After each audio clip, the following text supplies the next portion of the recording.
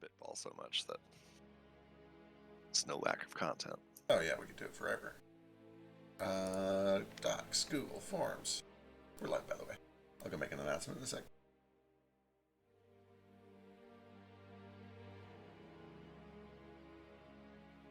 Forms.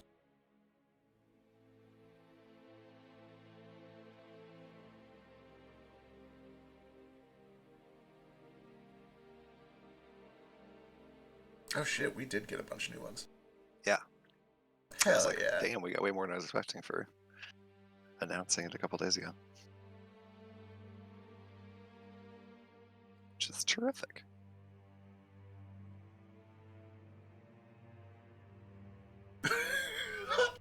I mean, I already have one that I love. Bless whoever put this one in here. Okay. If it's Fight Starter, it was Yeah. me. I put like 3 or 4 that are just yeah. labeled Fight Starters. Oh yeah, it's Fight Starter. We need to break out. We really need it. We forgot to do this between last one and this one, like boxing glove graphic to go across the screen when we announce those ones. If this becomes a regular thing, so I'm just like reusing the crosswind shit because I did not set up an interface for this, but we could totally make an interface for this if we do it regularly. Mm-hmm. All right, we already got some folks here, but when we post an announcement, we'll do this shit. I'd be very down to just turn in like a boxing UI. Absolutely. You know what we really have to do is we have to gamify it, right? So the audience votes for which one of us is right. That way there's a winner and a loser. Now we're talking. Did you announce it? I don't see it. I have not. I'm looking for the old announcement. Oh, so okay. There it is. Okay. We did it.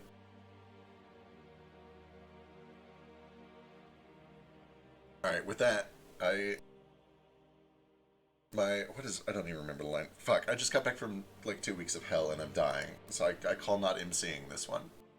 I can do it. Hell yeah. I'll do it. I believe you. Bet I'll do it. Here, we'll swap chairs. Hold on. Do we have a chair graphic we can put up? We don't. So it's Hello, just gotta be like in our heads. Imagine me, let me paint a picture for you all, our beloved audience.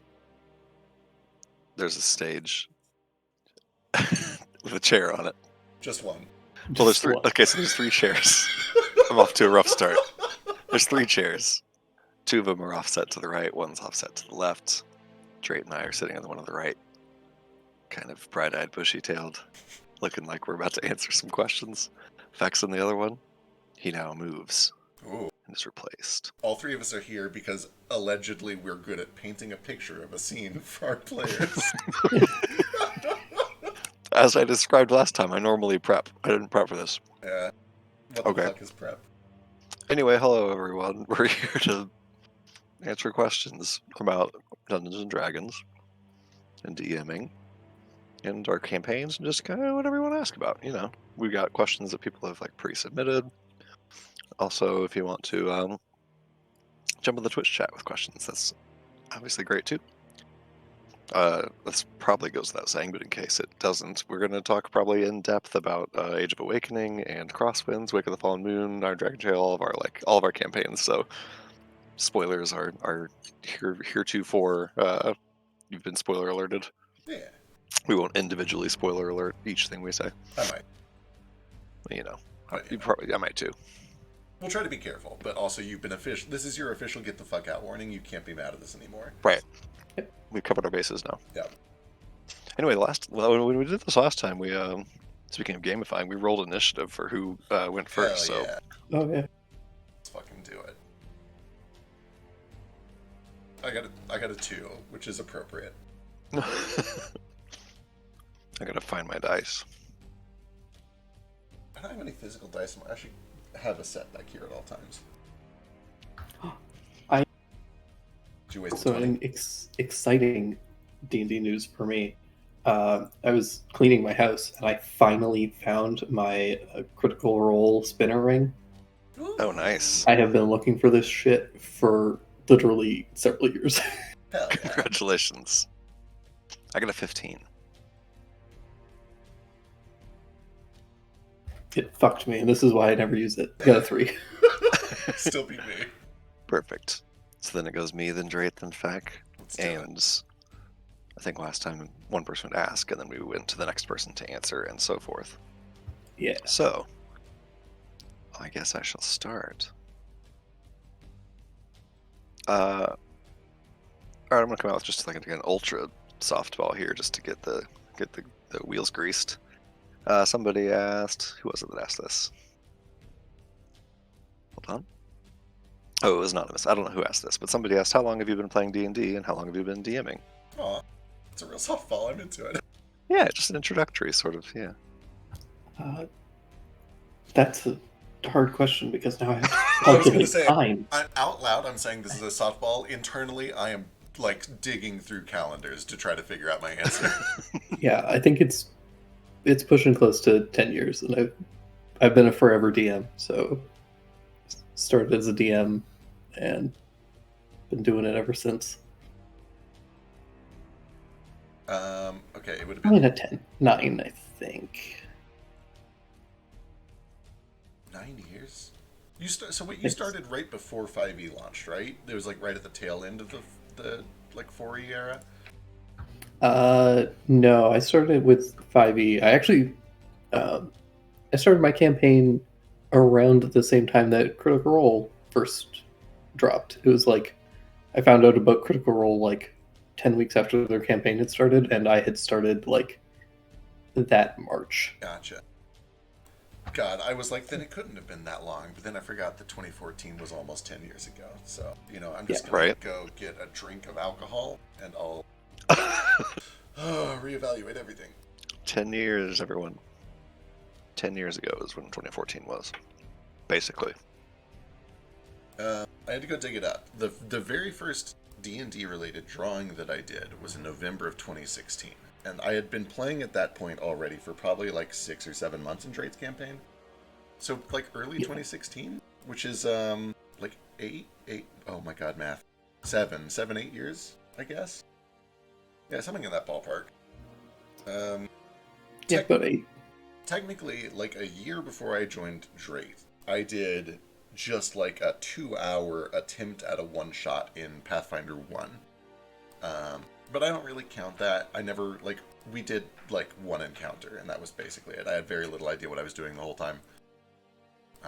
It wasn't until I started playing with Drake that I think I really started.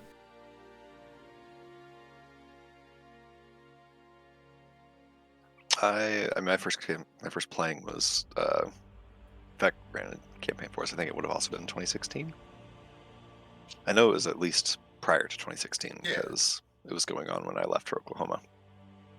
So yeah, I started playing 2016 and then started DMing on Christmas of 20. I think it would have been 2016 also, maybe it was 2017. It was 2017. Christmas 2017, Feck bought me the like DMG because he'd been begging me for months to DM. Like he really wanted me to do it. And I was interested in it, but I was intimidated by it, and it was all very daunting. So he, for Christmas, like bought me all the books, and then I was like obligated to read them and start DMing. I did. And I, fell in love. It's my one true love now, so glad you did. But yeah, I started a terrific hobby. Absolutely. Started DMing in 2018, my first campaign, and then we started Age of Awakening in 2020 during the Rona, or maybe it was like 2021 right after. It was like I think it was January 21 maybe. Anyway, we did it. We got through it. Straight hit us with something harder. Let's get this shit spicy. Let's go. Let's not jump to Fight Club just yet. That's fair. That was a really good question. Bob Loblaw asked, what are some tips for running campaigns of larger groups of 6 to 8 players like those featured in Anthrology? Oh my god. This one goes to me first, right? So I'm to your left. Okay. Don't. Do as we say, not as we do. Yeah, no, okay. Let's take a real stab at it. Well, let's do the easy one first. The easy answer is don't. Just because Critical Role does it doesn't mean you should do it. I don't think that the game is made for it. I don't think that it is easy to do. I don't think that it necessarily even improves the game.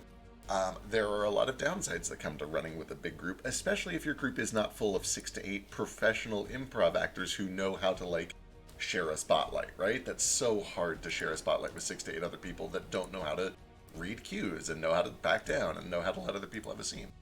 Um, try running your game with 4 people first. That's what the game is made for. See how that goes. However, if, like all of us have done, you decide that that is a bad idea and you really want to play with all of your friends at the same time, um, it the biggest piece of advice that I think I can give really is spotlight management and learning to figure out quickly which of your players are comfortable pushing themselves into the story on their own and which ones need to be pulled into it. And how to do that in a way that is comfortable and fun for them. You have to learn, figure out what each player likes to respond to. Do they like to solve problems? Do they like to be funny? Do they like to look cool in combat? And when an opportunity comes up that is appropriate to pull that character in, make sure you do the gentle nudging, not only to that player but to the other players. That, like, okay, it's their turn to kind of jump in here to get a piece of this action. It's difficult. This is a question that is not so much about D&D so much as, like, how do you make your friends all get along? But it's useful for both. Trying to just sort of nudge and encourage players to recognize when it's somebody else's turn to have a shot. For sure. That's my big one. There's probably a lot more to it, but that's the one that immediately comes to mind to me, is make sure that everybody's getting a piece of the pie. Yeah. I think that's probably the most important, like, narrative advice and like table etiquette management advice for a big table. I think there's a million answers to this question if you start involving like game mechanics. I think probably the biggest thing is, like, if you have a table that has 7 or 8 PCs at it, like, you're not going to kill them. You can't. You just won't. Not. You can give them, like, you can throw 10 Tarasques at them. Like, it doesn't matter. So, like, tune your encounters up heavily. The system is so, like, action dependent. Use like a million monsters. Use big monsters that hit hard. Like, mechanics wise, it's really hard to challenge a group of 8 players. I'm so glad you gave that answer, because now I have 13 more things to spin off into. But Trade first. Yeah. Kind of spinning off of that, from just like a pure mechanics standpoint, because Vic really nailed all of the interpersonal, actual, like, roleplay stuff. If you're running a legendary monster, give it as many legendary actions as you have players minus 1. Yes. Oh yes. Yep. Yes. The legendary action system is built for a party of 4 players. Correct. It needs to be scaled up if you have a larger party. That being said, with monster mechanics and also player mechanics, bear in mind that a lot of these mechanics get a little crazy when you have multiples of them. So, be ginger when you get, like, oh, this legendary action has a 3 cost, but it does 600 damage. I'll use this twice, and, like, you're going to kill everybody. Yeah, maybe use some discretion there. Right, like, and that's kind of just a play it by ear, feel it out kind of a thing. You'll know the problem mechanics when you see them. Right. And also, mechanically, discuss with your players what they are intending to take, because there are certain mechanics that, when you have one of them in a party, is really fun and interesting. And when 3 people have Stunning Strike, your monsters never get a turn. Right. And so, yeah, just tune your encounters and also try and nudge people to take variety in their party build-up. And on the topic... Go ahead. Oh, I was just going to say, like, I also, like, agree with what you started with, frankly. Just, like, don't do it. Maybe just not don't do it, but, like, if you're someone who watches a lot of our campaigns, we all run these huge campaigns with tons of players, and it all goes pretty smoothly. That's, I think, largely due to the fact that, like, we're the same group of 6 to 10 people that have been playing Dungeons and Dragons together for like 8 years. Right. Like we've got each other figured out. We know our vibe. And Yeah. It's not even then, we as still easy. butt heads. I feel like we Oh, should interject absolutely. there. We still are figuring this shit out. Oh, absolutely, absolutely. That didn't mean that it's like a humble brag or anything. I just meant like it's like I would not recommend by any means your first campaign you ever DM having 8 players in Right. it. Like it's not how the game is designed. You have to kind of like know the rules before you can break them. So like figure the system out with 4 or 5 players, and then add players later if you feel like you're ready to do that. Absolutely. And this is kind of pertinent to me because like I'm going to be running an experiment with my next campaign. So the question you should ask yourself is, why do you want to run a campaign with 8 players? And most of the time, the answer to that is not, I think the campaign needs 8 players. It's, I have 8 friends that I want to play D&D with. Yeah, absolutely. And what I'm going to try to do in my next campaign is, instead of running 8 players at the time or all the time, I'm just going to try to rotate players in and out. Like one week we'll have 5 people go, and the next week we'll have 5 different people go. I'm kind of setting it up in a way that like you can have all of those 8 players, but they don't all need to be there every single week. And that's more work. It means you're effectively running for, like twice as much content. But that's the price you pay for running an 8-person game. It's going to be more work. You're the DM. That's your job. Balance-wise, though, okay, I have to jump in on balance. There's so many good tricks for balancing for a larger party. The first is that making your monsters stronger will never work. That's not how the game works. The game is a game of action economy and resource attrition. 5e is not built for having hard encounters. It is built for having draining encounters. Every fight should not be twice as hard. Every fight should be 2 fights. Your boss should be 2 bosses. Your mob should be 2 mobs. Every time you design an encounter, ideally what you want is to present a scenario where 4 of your heroes are busy dealing with one thing, 4 of them are busy dealing with another thing, and then there's some sort of gimmick going on. There's like a map environmental hazard, or there's like an optional objective, like some NPCs are trying to kill the president or some shit. Like you want to add not just difficulty, but more dimensions to each of your fights. Each fight should have more things going on. Which is harder. It's way more complicated. It's way more work. But that's the price you pay for having an 8-person party. I will say there's like a thing that I do, like even in Age of Awakening, I still do this. Like Kobold Fight Club is gone now, but similar things like that, calculators for calculating out encounters. Those are really useful. They are not at all useful in a party of 8. They're useless. What I like to do, and I still use a calculator like that when I build encounters, and I feel like mine are generally balanced, is I literally build 2 fights. I take 4 players, build a fight for them, 4 players, build a fight for them, and then just smash them together. Yeah, that's exactly. Don't try to build a fight for 8 players. Build 2 fights for 4 players each, and then just put it all against 8 players. Perfect. And then give them some sort of a reason to not utilize their action economy advantage, right? Like you got to split on 2 sides of the map or some shit like that. Somebody recently, was it Drake? Somebody recently did a fight that was really good at this, at basically breaking the party down into little groups of 2, and each group of 2 was kind of doing their own part of the fight. Not only is that easier to balance and more fun to play, it's also just like, it's a better story. It's a cooler story if like 2 of the characters are off dealing with this because it's their personal vendetta, and the 2 of them are rescuing NPCs because that's what their characters would do. It's fun if a fight has more going on than just, here's the bad guy, everybody gang up and kill them. Mm-hmm. And that's just encounter design in general. That doesn't even necessarily have to apply to big parties, but big parties make that easier. Yeah. Before we move on to the next one, I do have to call back briefly. It's Dungeons and Dragons. Your heroes are going to win every fight. It doesn't matter how big your party is. The only way that you can ever kill a D&D party is if you run them out of resources. And the only way to run a D&D party out of resources is like actual entrapment. And you might be running a campaign where that's possible for sure. But if you as a DM are balancing your encounters as like, how can I get right to the edge of killing my party without killing my party? The question or the answer is like, that's not really how the game even works. It's a resource strain game. The way that you get close to killing your party is you get them to 10% of their mana and then they take a rest. But that's a whole separate discussion. I'm going to start a fight. Let's do it. This is a question from Fight Starter, who we've learned is Zeke. It's me, boxing glove graphic. Ding, ding, ding. I actually don't even know if this is going to be a Fight Starter. I think this is just an interesting and intriguing question. What's an insight check? What does that represent? Hell yeah. What is insight? What does the insight skill represent? We're gonna fight. Because I know we've talked about this before privately, and I know you disagree with me Hell on yeah, everything because you hate me. It is specifically because I hate you Strictly personally personal. and deeply as a friend. Yeah.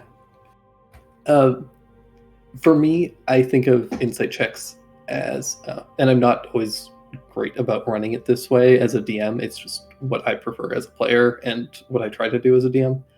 I think of it as your Sherlock Holmes sense. It is your ability to look at a person and analyze.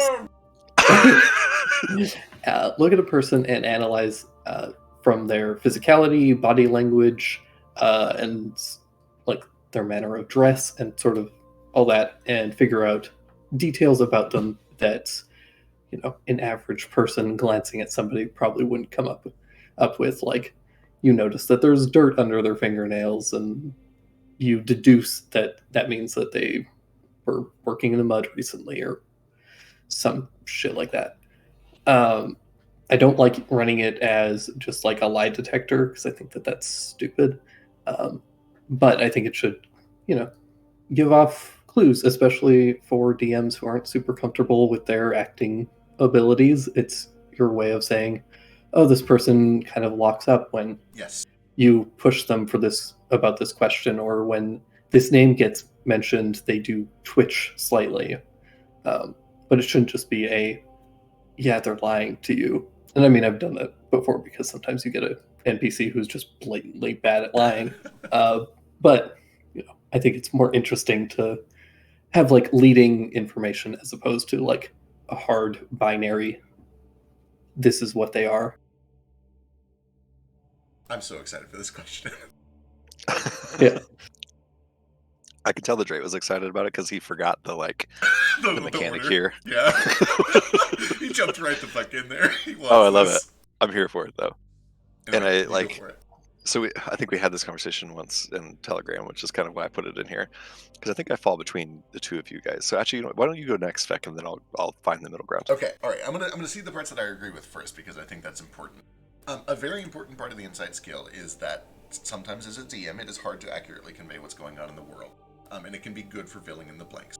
Using insight as like a, hey, is this person acting weird? Is their eye twitching? Are they shuffling their feet awkwardly? Using it as a lie detector is one legitimate use of insight. And it's a little gross, and it's kind of just a contrivance that has to be there because of the way that tabletop RPGs work. But that's fine. It's fine. I still kind of prefer to dress it up as like, instead of asking, are they lying? I think it's just kind of a good, it's good manners. It's good formality to be like, do I notice them shifting their eyes to the side? Do they shuffle their feet weird? Just dress it up a little. It's a formality. We know you're just asking if they're lying, but it does feel better if you dress it up a bit. What it is not is the investigation skill, like Sherlock Holmes would do. Hey, if you had to describe Sherlock Holmes' job with 2 words, with 2 words, and the first one you chose was detective, what would the second word you choose for Sherlock Holmes be? Insightful. Would it be investigator, maybe? I don't think it's an investigation still. Putting clues together is explicitly the purpose of the investigation skill. The insight skill is a gut check. That's all it is. It's a vibe check. It's a gut check. It is learning to trust the experience that you've built up as a human being by having a long and eventful life that is not based on knowledge. It is not based on your book smarts. It's not based on things that you can piece together with evidence. It's just gut feelings. Insight check is, what does my gut tell me right now? And sometimes that's based on things in the world around you. Like, if all the animals go quiet around you, your gut might say, oh, that must be bad. Surely there's a reason that is a bad. But I don't know. The insight check exists to let the DM pass along information that a real character in a real world might get from their gut that you can't sell at a table where everybody is abstracted through a character sheet and then into a character that they're playing and trying to remember a voice and dealing with interruptions and cell phones going off. It is a substitute for the gut feeling that a real person would feel in this scenario. And I think it can kind of fill a lot of different roles for that. You can use it to get a vibe off of a person. You can get a sense for like, oh, why are they doing this fight? Do I think there's a way to get them to step down from this fight? But it's not a substitute for investigation, I think. I think I'm like I said, I think I fall between you guys a little bit here. I like. I think I lean more towards Drake's opinion on it. That said, like noticing dirt under someone's fingernails is like flatly investigation to me, or perception. But like insight seems wrong for that to me. Like I could see an insight check for like this guy gives you the sort of vibe of a working man. Yes. You know? Yeah. But the seeing the dirt under, I don't know. It's kind of a dumb, like it's just different ways to arrive at the same information. Right. We're getting into the same problem that perception and investigation often have, where it is two ways to arrive at the exact same conclusion. Like a perception check will tell you that, like, oh, you see a tripwire. An investigation check will say, oh, you notice that there are no footprints going that way, even though it's a shorter path. Both of them say, hey, there's a trap over that way. It's just a different way to flavor the same information given to you by the DM. But where I think I agree with Gale, and maybe I'm like projecting some thoughts onto him, at least this is my thought, is like, I think insight check is often regarded as like a vibe check on a person or on people. Like it's how you read body language or intent. I like an insight check as a vibe check on like a situation. Absolutely. I agree. And like you like it piecing together clues. Like I'll sometimes like, and I think this is something that I kind of got from Brennan over on Dimension 20. All the time, he'll like call for an insight check from his players. Someone rolls good enough on it, and then he sort of like out loud pieces together some narrative clues for them. Like it occurs to you that you saw this, and this person said that, and therefore probably this is going on. Yeah. And I like that use of insight, even though maybe that more like, it sounds to me like you would place that more under an investigation. Well, I think that what I would do is I would let the player either roll investigation or insight, and depending on which one they would roll, I'm going to either describe it like Sherlock Holmes, where it's like, oh, this you saw this string, but then you remember seeing this string over here, and you know that this string is only manufactured over in this district. And if they do insight, it's going to be like, oh, why did they do? It's going to be vibe checks, right? It is literally just a different way of flavoring the exact same information that you're giving. Yeah.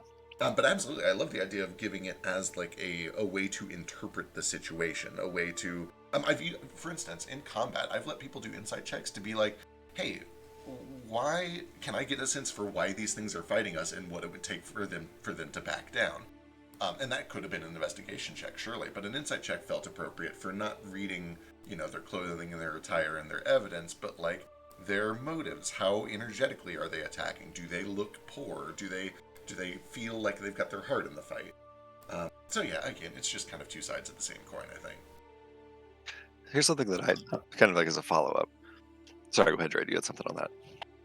I was just gonna say I'm actually not super into using insight as like a situational like check, unless that situation is like directly related to people. My distinction between investigation and insight typically is investigation I use more for objects and physical things that don't have like intellect, and then insight is more for checking out people and piecing together information about those people. Right. I remember that because I explicitly disagree with it. I think this is where we last time. I think this is where things got very fiery the first time this conversation came up. Yeah. There's no distinction in what the target of your investigation or insight is. The difference is in your methodology. Are you trusting your brain or are you trusting your gut? If it's gut, it's insight. If it's brain, it's investigation. That's explicitly not. I have the PHP up here. Oh, well, let's get a book out. Insight says, doing so involves gleaning clues from body language, speech habits, and changes in mannerisms. Well, post the whole These are all thing. related to people. Here. Hang on. This feels cherry picked. What's the context? I'm trying to pull up the whole thing. Hang on. Where's this under? Like skills, 5e skills. Yeah, skills insight. I just like I like insight as a situational awareness check. Like what is my character maybe piecing together that I'm missing? Right. Like I like using insight for gleaning motive and like any tensions and stuff like that. I gotta hand it to him. That's not very cherry picked. This just makes me think less of 5e as a system. I think I'm willing to say now that I'm willing to say that Drake's right and 5e is bad. There we go. We did it. We arrived at 5e is bad. It took like 20 minutes. The exact full text is Your wisdom insight check determines whether you can determine the true intentions of a creature, such as when searching out a lie or predicting their next move. Yada yada yada yada yada. Let me And that's hit it. you That's guys. the whole thing. Let me hit you with the most radical fucking thing I'll have ever said in my life right now. Intelligence parentheses insight check. Yeah. Oh my god. Okay, can I do the biggest? I'm sure I've done this before. But guys, if you're new to D&D, and I can only say one thing to you as a new DM for D&D, if you read the first page of the PHP, the first game loop that they introduce to you is how to ask for a skill check. And let me tell you how it goes. The player tells you what they want to do. You determine a stat that is relevant, not a skill, a stat, and you ask them to make a stat check. The player then suggests or offers a relevant skill, and you decide if they can use it. So, for example, the example they give is the player wants to see if a gargoyle looks suspicious. The DM says, yes, give me an intelligence check. And the player's like, yes, does my investigation skill apply? And the DM says yes. That's the loop. That's it. So anytime somebody's trying to do anything, if you think intelligence is more appropriate than wisdom, even though you're like, oh, this should be an insight check, by all means, it's an intelligence check. Decide the stat before you decide the skill. Do not link in your minds skills and stats. It is a bad habit. Yeah, for sure. That's a big way to add a little bit more versatility to your PC's abilities and interactions and just to ability checks in general. It's mixed. Insight doesn't have to be a wisdom check. And I don't know if once ever in a campaign that I've played in or DM'd I've ever seen insight called for as anything besides a wisdom check. Yeah. But this conversation makes me think that intelligence insight should be piecing together clues. Yeah, for sure. A really classic example is medicine. If a player asks, hey, do I know where an orc's heart is? That's an intelligence check. That's not a wisdom check. Knowing where a body part is intelligence. That's an intelligence medicine check. And you should get in the habit of choosing first what the stat is and then picking a skill. Well, letting the player offer a relevant skill. I think for nerfing 18. I think the most classic example is big, beefy, strong boy, barbarian, or fighter makes an intimidation check. They should be able to do it with strength or con. Yeah. Because it's not their charisma. They're just flexing big fucking muscles. Yeah, exactly. Yeah.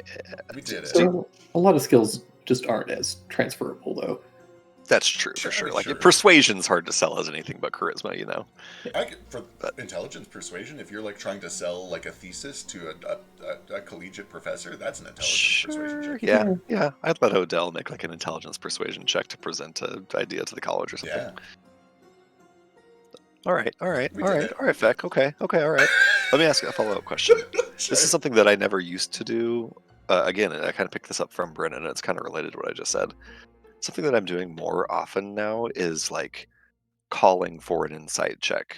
Yes. If I feel like a player, maybe because I often feel like I, as the DM, have not made it clear enough from my acting or whatever that an insight check probably ought to be rolled here. Do you guys ever do that? Absolutely. How do you feel about that? How do you feel about calling for an ability check from a player that is normally something the player asks to do? I have big thoughts on this, so I'm going to cut in line here. This is a thing that I've gone back and forth on, and I'm kind of on the rebound for my latest swing, and I think I'm starting to stabilize. When I first started DMing, I was extremely proactive at roll a check, give me a check, give me a check, give me a check. And that's fun. I think players like to roll dice, but it can give the impression that the DM is kind of guiding a little bit too much. And I eventually hit a wall where I'm like, you know what? I'm just going to sit here and I'll wait for the players to do what they want, and I'll play purely reactively. And that's what I did for a lot of early Crosswinds, a little bit of my late C1. And I kind of have hit the tail end of that, and I'm realizing that there is a middle ground. There is a point where you can be giving too many suggestions, that you're stripping players of the fun by putting ideas in their head instead of letting them stumble into their own actions and their own ideas. But I think that insight specifically is one that is very, very good for making suggestions with.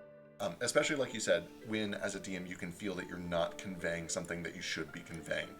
Whether it's just because you stumbled on words, or you didn't set a scene up the way that you thought you would, or things happened out of order. Insight is a very good way to kind of fill in the gaps when your storytelling isn't getting the job done. And I think that really passive insight should be sort of filling this role. But people like rolling dice. Exactly. That's exactly what I was going to say. People like to roll dice. It's fun to roll dice. I would rather have a prompted hard check than a whole bunch of silent passive checks, especially for cool information that is like going to be fed to me to the DM like this. Yeah, I'll 100% admit that I like cherry pick the ever living fuck out of that if I want the players to know something, though. Oh, for sure. Like Yeah. sometimes I'll call for an insight check, and if it's poor, I won't say anything. But other times I'm like, well, your passive insight would probably tell you this thing that I want you to know for story reasons. Oh, guilty for sure. Sometimes I can just tell that like this really cool thing, or sometimes really necessary thing, is not going to get found unless I push a little bit, and I'm happy to push a little bit. Trade, how do you feel about it? I feel kind of about the same as Feck. I'm kind of hitting that like middle ground area where I'm kind of figuring out the comfort zone of not just like hand holding and being like, okay, gotta get through this dungeon, while also being like, here's some extra information. Personally, I like using it whenever I think that because I'm trying to balance like character backstory information a bit better and giving people a bit more like unique information based on their choices and backstory. So if there's ever a situation where one person, because of a backstory thing, might have some additional insight or knowledge about something, I try and like push for that, even if it's not immediately clear. Yeah. Right. I'm gonna do a bundle here because I just saw that there is a very relevant question from Kobold, which is, how do you stop your players from constantly asking if there's something secret, if there is somebody lying, if there's something hidden? And this really just comes down to the balance of prompting for roles versus letting the players ask for roles. And I think the answer to that one specifically is let the player understand that they can trust their passive scores.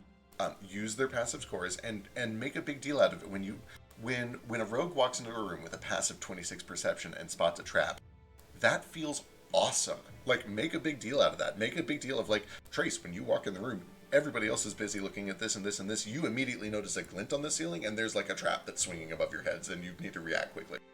The rogue feels great, and importantly, they learn to trust their skills, and that they don't need to constantly be badgering the DM for, I check this, I check this, I check this. It's the reason passive scores exist is because in older editions, there was the 10-foot pole problem. And I think that it is honestly a very elegant solution to that problem. It's a way to kind of keep the game moving without disregarding things that the players would notice passively. Right. Ugh, fuck that. I hate passive scores so much. I really do too. As a player and as a DM, like totally, especially as a DM. You guys are one 10-foot pull away from loving passive scores. I promise you. No. I fully hate them. It's like the only situation where I like passive scores. I feel like they are necessary for a weird fringe case that most people I don't think know about, which is where if you try to do the same thing over and over again, the book says just use your passive. Sure. Right. So that's a good use of it. But like, I hate passive perception. I hate passive perception as a floor to perception. Here. Maybe I'm just bitter because I've got Gragnuk in our party with a passive perception 21, which means just like nothing can ever be hidden for any reason. Sure. Right, and like that's the other thing is that just as a DM, it's like you get to this point where it's just like, well, I'm not going to prep traps anymore because you're going to spot them and disarm them all passively unless I make them absurdly difficult to spot, and then it's like I'm just like fighting against your own balance or your own skills, which is just kind of like antagonistic. It's free serotonin. It's free happiness. For you alone, it did nothing for me as Trace. If I ever got free shit without ever prompting for it, I was just like, all right. Like, it only ever feels good if I get to actually, if I'm the one like asking and then it pops up. Yeah. I'm gonna start some shit. Here we go. Let's start some trouble. Here's how Pathfinder does it. Pathfinder 2. Oh god. Here's how Pathfinder 2 does it, which I think is very clever. They do have passive scores. They have DCs, and that's fine. That's well and good. But when you are like dungeon crawling specifically, or when you're in a social scenario, your character they choose an activity. So when you go into a dungeon, you go from player to player and you say, what activity are you doing? And one of the activities is looking for traps. And if you do that, you do a roll on top of your passive. And it prevents the scenario where every 10 feet that you move, you ask for another perception check. by kind of codifying it into 10-minute chunks, where like this 10 minutes I'm looking for traps, and the paladin is keeping his shield up, and the ranger is following these tracks, and like everybody kind of they decide what role they're doing, instead of this assumption that the rogue always has their passive 32 radar on at all times. The rogue has the option to be the passive 32 radar, but only if they're doing that as their activity. And the rest of the time, if they choose instead to be like reading a book or looking for treasure or keeping their shield up, that is the DM's opportunity to finally like get them with a trap. I have to immediately follow that one up. If you're a DM who suspiciously and conveniently introduces a trap only when the rogue is not looking, the rogue knows and it does not feel good. Ugh. Ugh. Ugh. Sorry, there's my Pathfinder talk. There will be more, I promise. Oh, too much. All right, next question. Before we get any further down that rabbit hole, before it's time. Yeah. Um, We can't kill each other just yet. It's Not too yet, early not to yet. be at each other's throats. that was only the first fight starter question. There's like 3 more in there, and those are just mine. Over in the Twitch chat, Capboy Detective says, "What is an interesting character to you?" Ooh. That's kind of just like a broad narrative question. Yeah. Try to nail it down to D&D. To me, I guess Gail's supposed to answer this. You start, Drake. I thought it was Feck. No, Have I been going backwards? You were Yeah. 3. Okay. I was 15. You were 3. He was 2. I've been going clockwise on the screen. Just on the screen. On Yeah, the screen. Yeah. Yeah, counterclockwise. we're counterclockwise on the screen. Okay. For me, I'm gonna, let's get some positivity back into this. An interesting character to me is pretty much every character that I have played, that Eli has played. Oh yeah, for Ooh. sure. Any campaign where Eli has played a character, Hell and yes. I've been a player as well. They're great. Odell and Moat are wonderful. Wonderful. Eli does this really good thing, and I don't know if it's like an intentional thing or just his state of being. But he has a really good sense of how to make characters that are deeply flawed, Yes. but not in a way that is obnoxious or Yes. annoying, Oh, yeah. which is so nice. Like anytime that Moat's gung ho, I'm the chosen one stuff comes up, it doesn't ever feel like it's overshadowing or overstays its welcome or even becomes like problematic to the point where we're just like fighting with this constant nuisance. And the entire time he always feels like somebody that it would be nice to see your character get over their bullshit. Yeah. And like change and develop as a human being, without making me want to also like just strangle them while they're going through their bullshit. Yeah, exactly. Yeah, oh my Eli, God, that's so important. To me, he commits to his characters in a way that is amazing. Like he's fully like Moat. I believe in Moat so sincerely, and like I really and Odell too. Obviously, like I think Moat's just the easier example. Like he's the passion that is like comes through the screen with Moat is so great. Yeah. Hard agree on all of that. It's so important that like a good character has flaws, right? That almost goes without saying, but it's so important that the flaw you pick is one that is not going to be annoying or obstructive. It is going to be one that you can relate to and empathize with, and ideally one that moves the story forward. Like a flaw that pushes the party into action where there might not have been action. And in a way that comes back to bite you, not everyone else around you.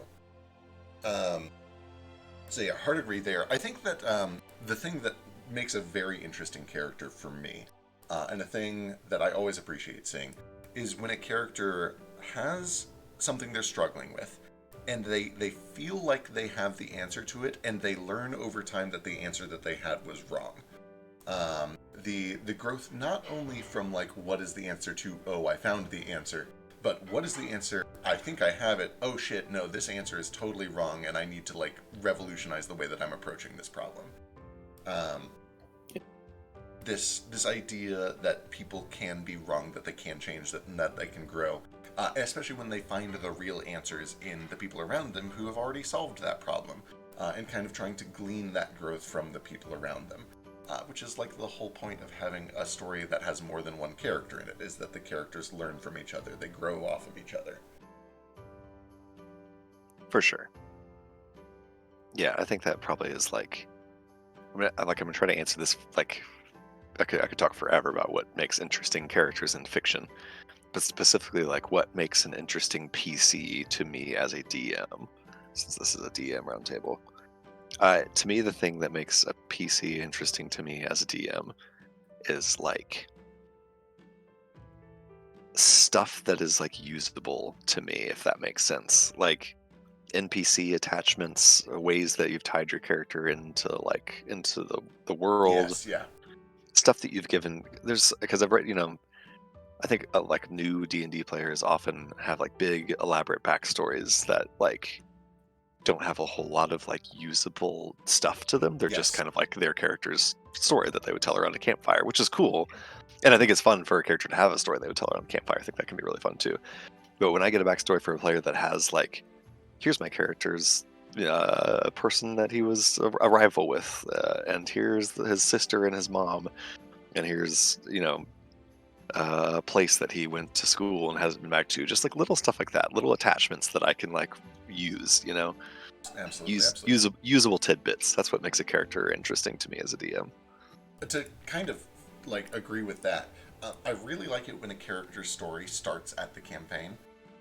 For sure. Not that they don't bring anything into it, but I like it when a level 1 character feels like a level 1 character, and that the first few levels of the campaign kind of is the start of their story.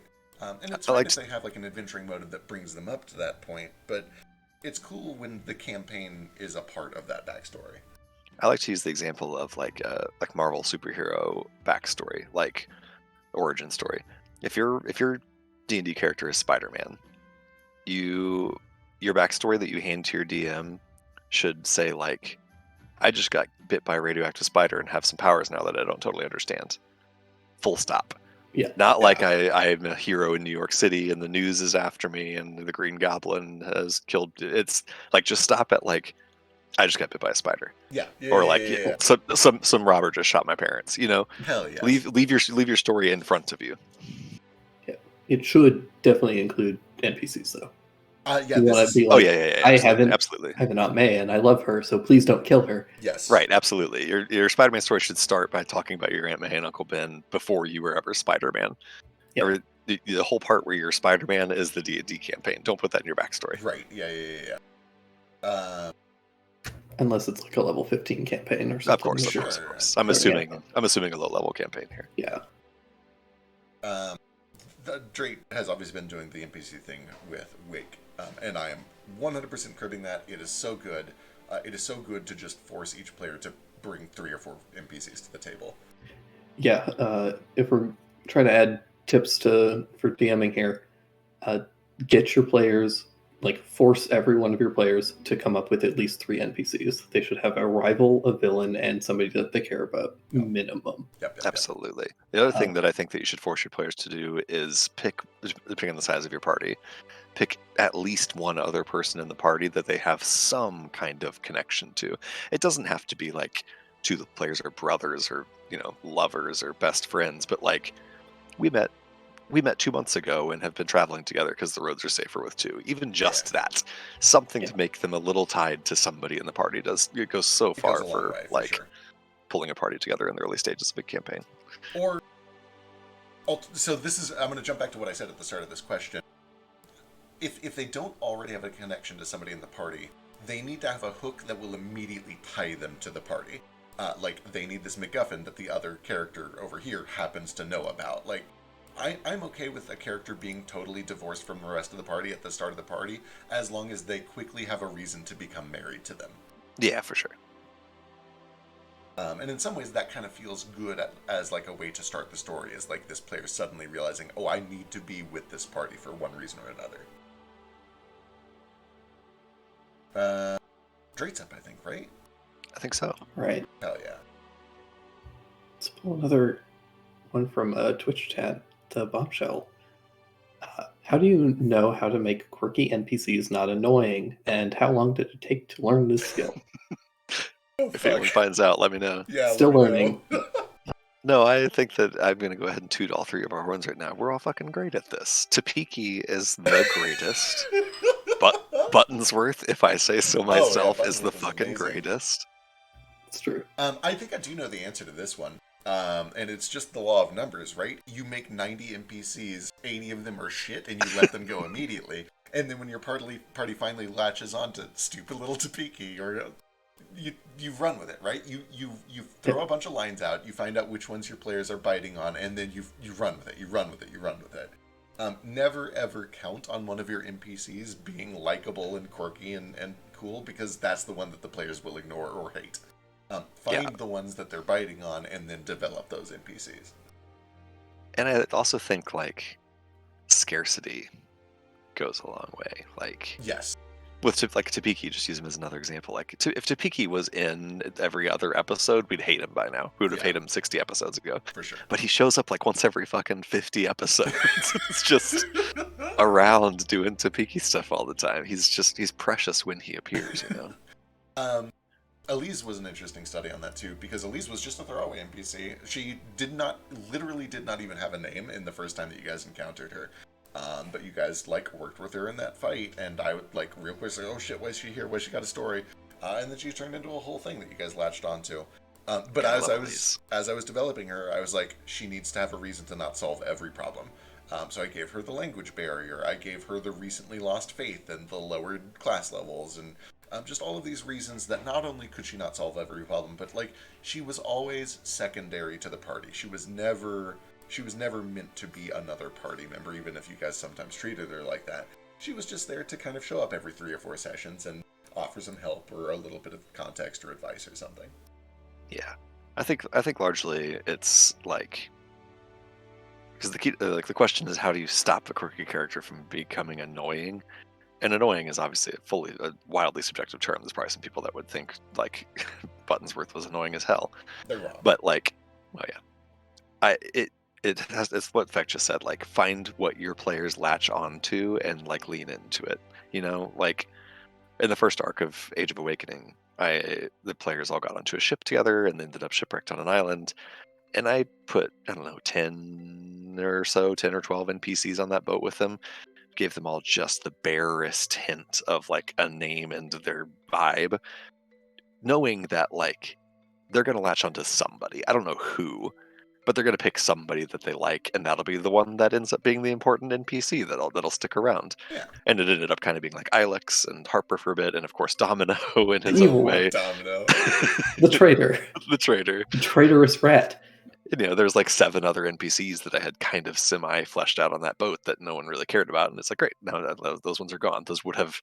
Don't get married to your own idea as a DM about which NPCs are going to be the ones your players care to interact with, because just wait to see who they interact with and then make that the important NPC. Yeah. As for just making them not annoying, make sure that they have an out, or that your players don't, or have a reason to just kind of not engage with them if they're too annoying. You don't want to give major plot relevant story characters some annoying quirk. But giving your NPCs periodically a really extreme quirk is important, because you, as a dungeon master, only have potentially 5-10 minutes to sell a character to your players. So you kind of gotta push extremes sometimes and see what sticks. I also think that I'm a sucker too, and this kind of goes a little bit back to the what makes an interesting character question. I'm a sucker for a quirk that is not even something plot relevant or silly, but just a weird innocuous character trait that doesn't really mean anything. So for Domino, for example, I was hey, he'll have a stutter. There's no good reason for that. There's not it's not relevant. I'm just I'm gonna give this guy a stutter because that seems like a fun little character trait to give a guy.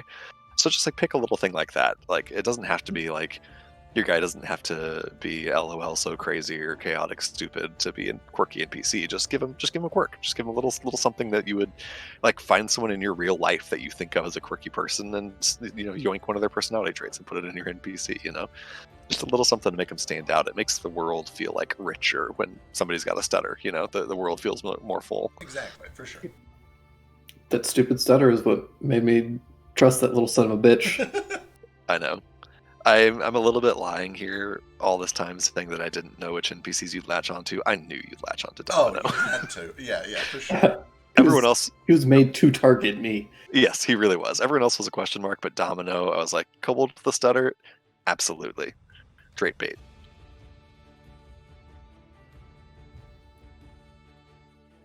All right. I think it's your question, I think it's Becky. me. I'm browsing through. This is a fun one. I like this one. How has DMing changed the way that you play the game as a PC? What has changed about the way that you play as a player because you have played as the DM? From Anonymous. Thank you, Anonymous. Always great to have you here. Anonymous. Esteemed Anonymous. Gosh. There's so much. I'm gonna ponder on this one for a second. I think it's largely like, and this might sound like a little bit backwards or something, but I assure you, if you've DM'd, you know that this is not backwards. Like fully releasing any concern whatsoever for how my actions are going to affect anything. Yes.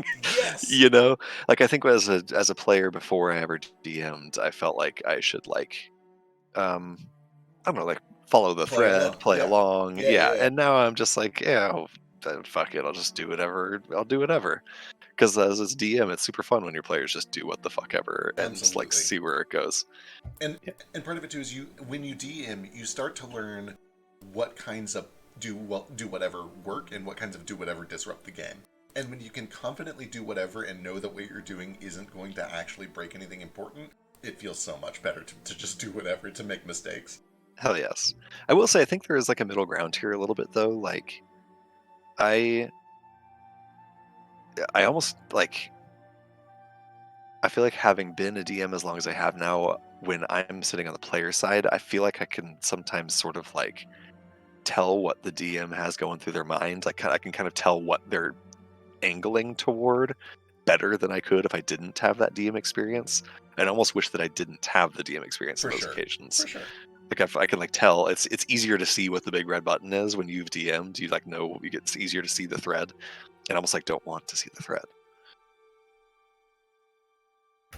Yeah, I think for me, I spent so much time, especially in my campaign one, where I was like building out dungeons and I would set up all these like traps and stuff, and then players will be players and will play perfectly safe and won't push the big red buttons, and I'm like, oh well, I spent 30 minutes prepping this for nothing. So I'm just way more prone to being like, let's see what this does. Just because I'm sure that people have prepped it, and I want to make sure that their work is being appreciated and viewed. Yeah. Mine is very similar to that, but it spins off into specifically character creation. I have a very hard time doing things for nonsensical reasons. So it was always very difficult for me initially when I was playing a smart character to make a dumb decision just for the sake of fun, right? So what I've done is at character creation, I make sure that I give my characters easy ways that the DM can say, you will push that button. I give the DM exploits. Jupiter, Thackeray would never have gone to the Ragman. You played with Thackeray. Even Mustard would never have gone to the Ragman. Jupiter will 100% go to the Ragman and make that deal. And that is a big way that I've kind of changed, not just how I play, but how I make characters, is I always give them something exploitable that the DM can use to make me do things that out of character I know are weird or possibly even bad, but make for a better story and make for the start of a good adventure. Yeah, I do feel like as a DM now on the PC side, I'm more inclined to like engage with the content that the DM has prepped. I think there's like a weird middle, like I'm more interested now in making sure that I engage with the stuff that the DM has prepared. I'm less interested in engaging with it the way that they want me to. Exactly. And let me Like tell you, it's important to me to go talk to the NPC that the DM is obviously hinting that he wants us to talk to. That matters to me more now as a DM player. yes. But it's less important to me to like make sure that conversation goes the Oh way the yeah. DM was imagining. And as a DM who has a very, like, not necessarily sandboxy, but chaotic DMing style, God bless you, that's what I'm looking for. So many times when I prep content, I'm not looking for a specific outcome. I'm just looking to throw some explosives together and see what the players make explode. So For sure. that is what I want to see as a DM. Is I just want to see what crazy thing is the player going to do with this stuff. I'm going to set up all these pins. How are you going to knock them down? And can I just say also as a DM player now, like, guys, when you're playing in a D&D campaign and your DM has prepared like a puzzle or a situation you're supposed to navigate, don't just like go break the door down. Like, engage with the puzzle. No, Yeah. because breaking the door I down say is this- one way they can knock the pins over, right? I say this as somebody that hates puzzles and refuses to engage in them. Yeah. But like I feel bad when like hours have been spent making a cool scenario and it's just like I'll just go break the door. I have so many responses to this. The first is that you just got to know your party. If the other players are still having fun with the puzzle, don't bypass the puzzle. But more importantly, if you know that your players are not going to have fun spending 2 hours on a puzzle, then maybe you shouldn't spend 2 hours prepping a puzzle. Like, I don't know. I Yeah. love making puzzles. I've learned with this group especially that, like, this isn't the right group for me to be making 2-hour-long puzzles. It's just not what you guys are looking for. And you have to adapt to what your players want. You have to learn their play style and give them what they want. Yeah, that makes sense. Or here's the thing, Zeke is right, and if you're one of those people that doesn't like puzzles, sit the fuck down and let the people that enjoy the puzzles do the puzzle. That's what I do. I literally, and I mean that. I mean, I often get up from my computer and go do something else until someone solves the puzzle.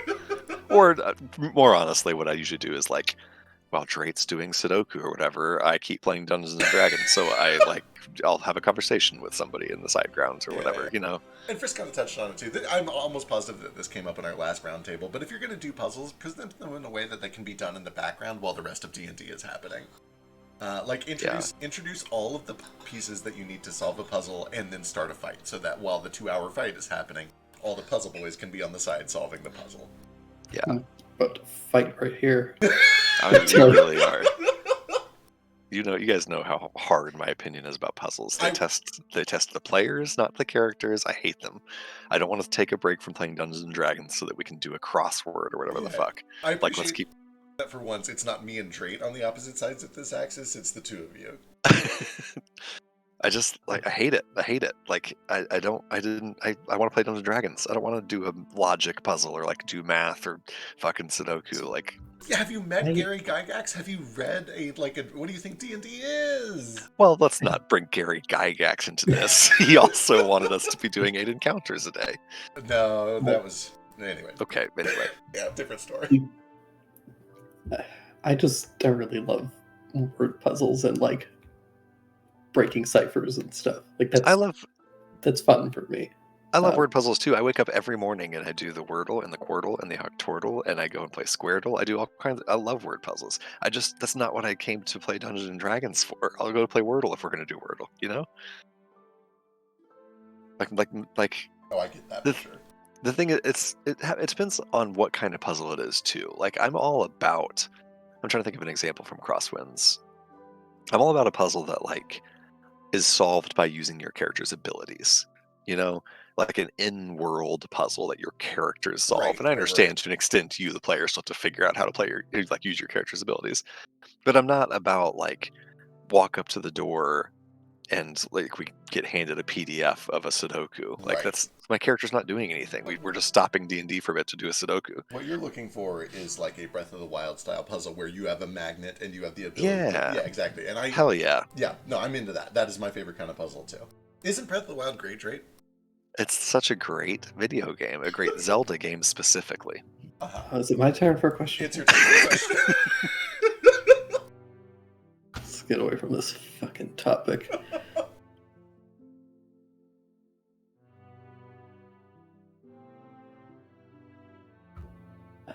Let's do another Z question because I really like it. What makes a great villain? thing I'm learning from the two of you because I'm bad at it. Um, introduce them early and make your players have a very personal reason to hate them. That second one is obvious. I think most people kind of understand that at the core, you're only going to hate a villain if your character has a reason to hate a villain. There's a reason that Thackeray cared way more about Azadirith than he did about Shadrath, because he had a tie to it. He had a personal tie to it. But a thing that I'm learning from Wake specifically that you've done very well, I'm making a lot of presumptions here. This might all just be false, but I'm going to spout it as if it was truth. The earlier that you get a villain messing with your character's story, the more tension you can build, the more you can get them to be like, oh, I can't wait until they die. I can't wait until we can finally fight them. Yeah, and 1000%. I think that the reason that people don't do that is because 5e is a bad system, and if you introduce your villain in the first 3 sessions of the campaign, the mage is going to find some way to kill them in one turn. And that can be very scary. It can be very scary to introduce a villain because you're in a system where as soon as something shows its face, it is killable. I think that it is a scenario where a little railroading is worth it, if it comes to that. Or you could play a better system where that's not possible. Anyway, that's it. There's so many things that make an interesting villain for me. And again, part of this I could go for on forever, like narratively and fiction, what makes a good villain, but I'm trying to stick to like what makes a good Dungeons and Dragons villain. There's obvious stuff that I think we all know and kind of harped on a lot last time we did one of these, like attachments to the PCs. Don't like the biggest thing I learned from my first campaign is like I don't like a campaign where it's like, hey guys, there's a big bad evil necromancer trying to take over the world. Go stop him. Nobody cares. The villains need to be like Personal. the dude who, personally, the dude who is involved in the people's backstories. Their villains. The villains need to be their villains. Exactly. But like, what makes a great villain aside from that? I think that's the biggest thing. Like, I think one thing, like you just said, is introducing them early so that your players have plenty of time to build up a lot of hate for them, you know? Like I brought in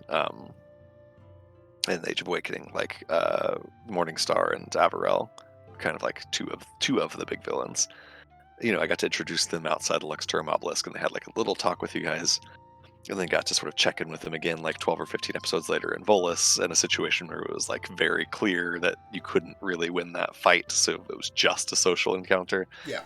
You almost need like forced social encounters with your villains. A situation where fighting them is not an option for whatever reason. If it's like in a dream, or if it's a situation where they're just outmatched or whatever. Put your PCs in situations to interact with your villain in a way that they can't fight them, or that it's a very, very bad idea to fight them. Yeah. Such that you have to sort of probe their motives and talk to them.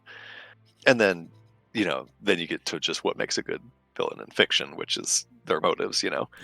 Like you make a villain that like really sincerely and truly believes in what they're doing, believes the PCs are wrong and are evil, and fully can't understand why the PCs won't just get on their side. Right. And to add 2 more bullet points onto that, one, it really helps if the players want the villain if they can like root for the villain for a little while. And what it ultimately boils down to is the players need to be hurt by the villain. And there's 2 ways to do that. The villain can hurt them. The villain can go find something the PCs love and kill it. That is a very good tactic, and you should be doing it. Your villains should be personally hurting your PCs. They should be causing strife and anguish. Your players should be losing sleep because of things that your villains have done to them over the course of the campaign. Not just in their backstory, but right in front of their eyes. But secondly, the villain can hurt the players by disappointing them, by giving them a glimmer of hope that maybe things would be different, that maybe the villain is somebody that you met early in the campaign that you thought was going to be a friend, and then they turn for one reason or another, and that is a great way to hurt your PCs and to build a Domino! villain. Yeah, exactly. Domino's a great villain. Domino's an amazing villain. Yeah. Yeah, no, and the other thing too, like the kind of workaround because like you said, it's very scary to put your big bad evil guy in a room with your party because you're afraid he's not going to get out, or she. To do some shit off screen, you're the big B, the evil guy, the villain can like hurt your party without hurting them. Go to their family's house, you know. If you can justify it, if you see your villain somehow knows things from your characters' backstories or their connections, the NPCs that matter to them, affect those people. That will hurt your players more than attacking them will. Oh, for sure. Take away somebody that matters to. And the other thing that I think really works well to, I'm going to pick on Drake here a little bit, but there's been other ones too. To really make your PCs despise your villains, have your villains do some shit that they couldn't have done if your PCs hadn't somehow enabled it or like given them an opportunity, given them some information that they needed to do it. Like if your piece, like, you know, to again picking on Drake here, when Drake like gave Domino another chance and like set him on his way and told him to get his life right, that gave me the opportunity to take that sweet, sweet gift and stab Drake in the heart with it. Oh, absolutely. Yeah. There's been some others that I haven't really had an opportunity to break out yet. There's some things that might come up soonish, but like, you know, the opportunities were given to some of my villains in a way by actions the party took, and nothing will make your party hate your villains more than feeling a little bit like it was their fault. Just a little bit like maybe it was kind of their fault. They don't want to admit it. You'll hate your villains for that. Yeah, pretty much all of that. Introducing your villains very early as just in the background, even. Gilly being a good example of that. Fucking Gilly. That can be really effective. Also, if you're worried about like your villains getting killed off, give them some weird MacGuffin or mechanic that makes them unkillable currently. It creates a good quest hook that you can use where like the party has to go and destroy some artifact before they can be harmed properly or something. Yeah, there's so many like... Sorry, go ahead. Yeah, there are tons of monsters also that are very good for that, like vampires. They can kill them, but then they go back to their coffin, and so the party still has to go and find the coffin at some point. And you can create these little like antagonistic encounters where the villain potentially just beats the party's ass and then comes right back. Hell yeah. Yeah, having your villain be present and appear multiple times before they are killed really helps increase the connection and just makes them actually feel like a villain and makes them feel menacing. Absolutely. They should be directly involved. They shouldn't be some big, distant big bad. It should be somebody that they're crossing paths with constantly. Even if only, by, we just missed him by a day or two or whatever. Yeah, even just spreading a little bit of information about them periodically, and just like for Wake,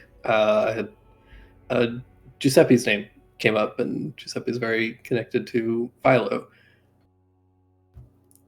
And the other thing is that your villains don't need to be characters that the players actually want to like murder. You can have shitty characters like Gatsby and Cheslaw who are just kind of shitty I'm for the sake of being Gatsby, shitty. So, Gatsby literally did nothing wrong. Oh, you don't know the start of it. I'm so excited for everything. I know. I've only actually watched like 5 episodes. So I'm probably behind on Gatsby. But yeah, make sure that you have villains and also just some rival characters. Mix them up a little bit. Yeah, and part of it can be too, depending on how willing and able you are, based on your campaign's story and format, to like improvise some stuff. It almost goes back to the quirky NPCs and who your NPCs or who your characters latch onto. If you've got a handful of possible bad guys, see who your characters latch onto to hate. See who they hate the most. Yep. That's your BBAG now. Yep. Hey, you guys remember Chick-fil-A? God almighty fucking Phyllis. I hate her so much. So much. That was one of the most satisfying deaths in all of Crosswinds because we all hated that. I'm glad because I feel like she did nothing in that fight. But I've learned over time that just because my boss didn't do great in the fight doesn't mean that the players didn't enjoy killing him. Right? Like the players can enjoy stopping a big bad. That's part of the fun. Hell yeah. Yeah. All right. I think that's me, huh? It is. I kind of want to start a fight, but I feel like we already did this fight. I feel like this fight is resolved. I'm going to do a fun one. I'm going to do a silly one. This one's anonymous. It says, if you were to make a custom race and add it to the official books, what would it be? Oh my god, where to even start? I have like 10. So I think probably if I had to pick one of the ones that I've made, Myconid. Why the hell isn't there a Myconid playable race? I love the little mushroom fucks, and there's no Myconid race. So I've homebrewed a Myconid race. I've homebrewed a bunch of fucking Nintendo races because of Frog. Those would all be fun, but yeah, I think if I had to pick like kind of a classic D&D race that there ought to be. It's crazy to me that there's no Myconid race. There's such a cool species, such cool characters. Yeah. I just want a regular old monkey folk. Give me Hadozi without the stupid wing flaps. Yeah, I can see it. I'm mostly saying this because I think the FEC is going to say my second choice. Yeah. Interesting. What do you think my choice is? I would guess either a Knoll or dog folk. Super reasonable guess. I think that if I was going to pick just like, a standard race that isn't in the books that should be in the book, why the fuck is Knoll not in the books? That's fucking crazy. It's for real. Unbelievable that there is no playable Knoll still in the 22nd year of our Lord. Yeah. But I don't know. I kind of got the vibe from this question, and we can go around again if we want to, that the idea is like you're coming up with something new. You're coming up like a totally new species. Okay, yeah, I could see that interpretation. Maybe, and if that's go back around the horn again. Kind of, yeah. It's this. My answer is so fucking predictable. When Drake was working on like a custom setting a year and a half ago or whatever, I came up with these like weird little feathered cat things that lived in the trees, and they like fanned out and did bright colors sometimes, and I love that. I love little cats with feathers. I'd love to put them in a book. I think that'd be a lot of fun.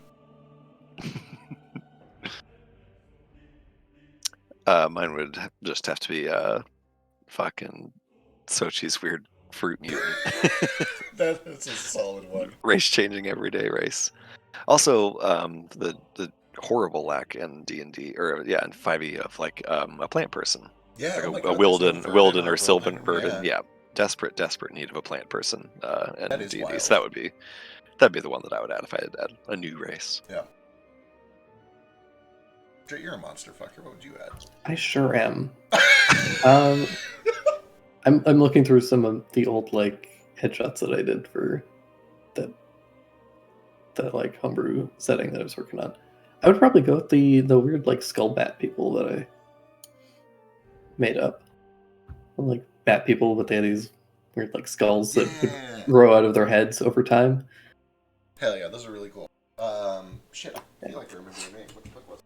It would either be that or Bubblins, because I love... No, I'm thinking of the bug people, the like chipness guys.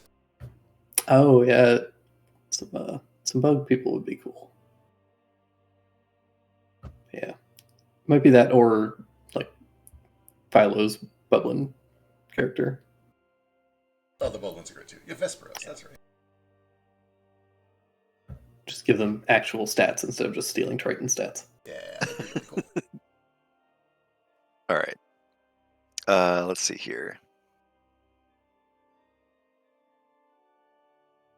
Let's do a mechanics one. If you could change one thing about a class, what would it be? Oh my god.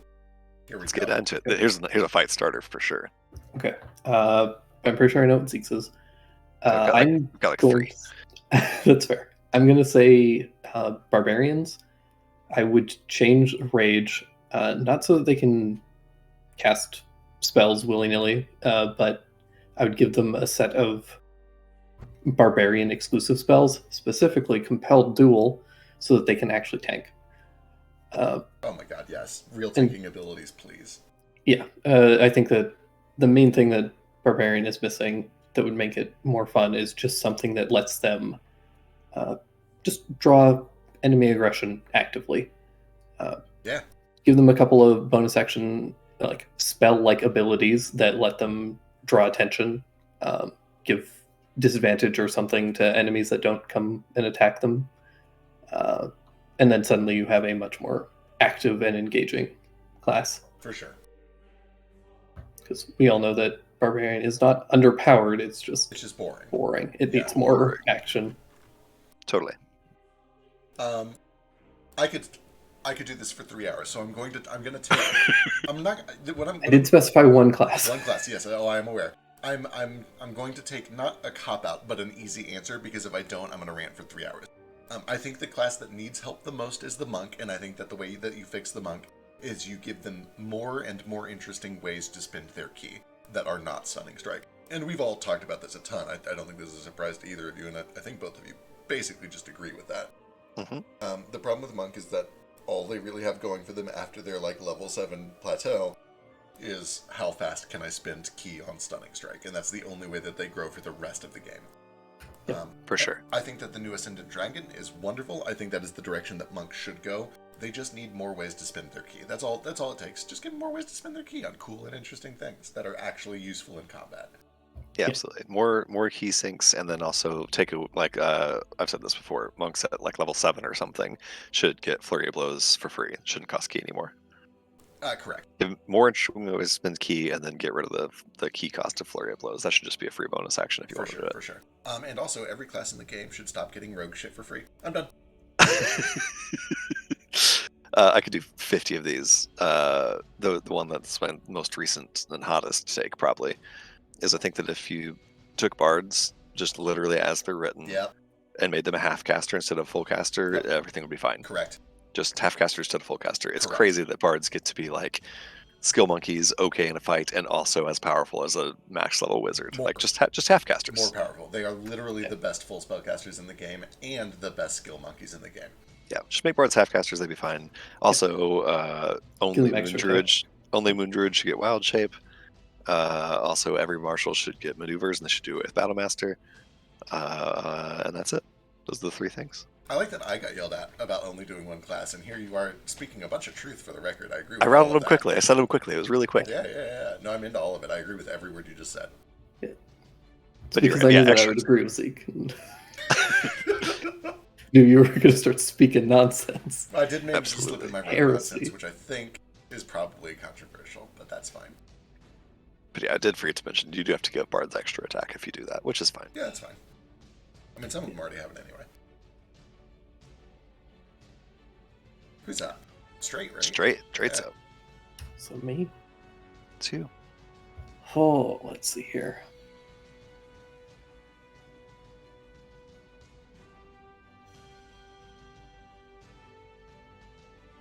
Yeah,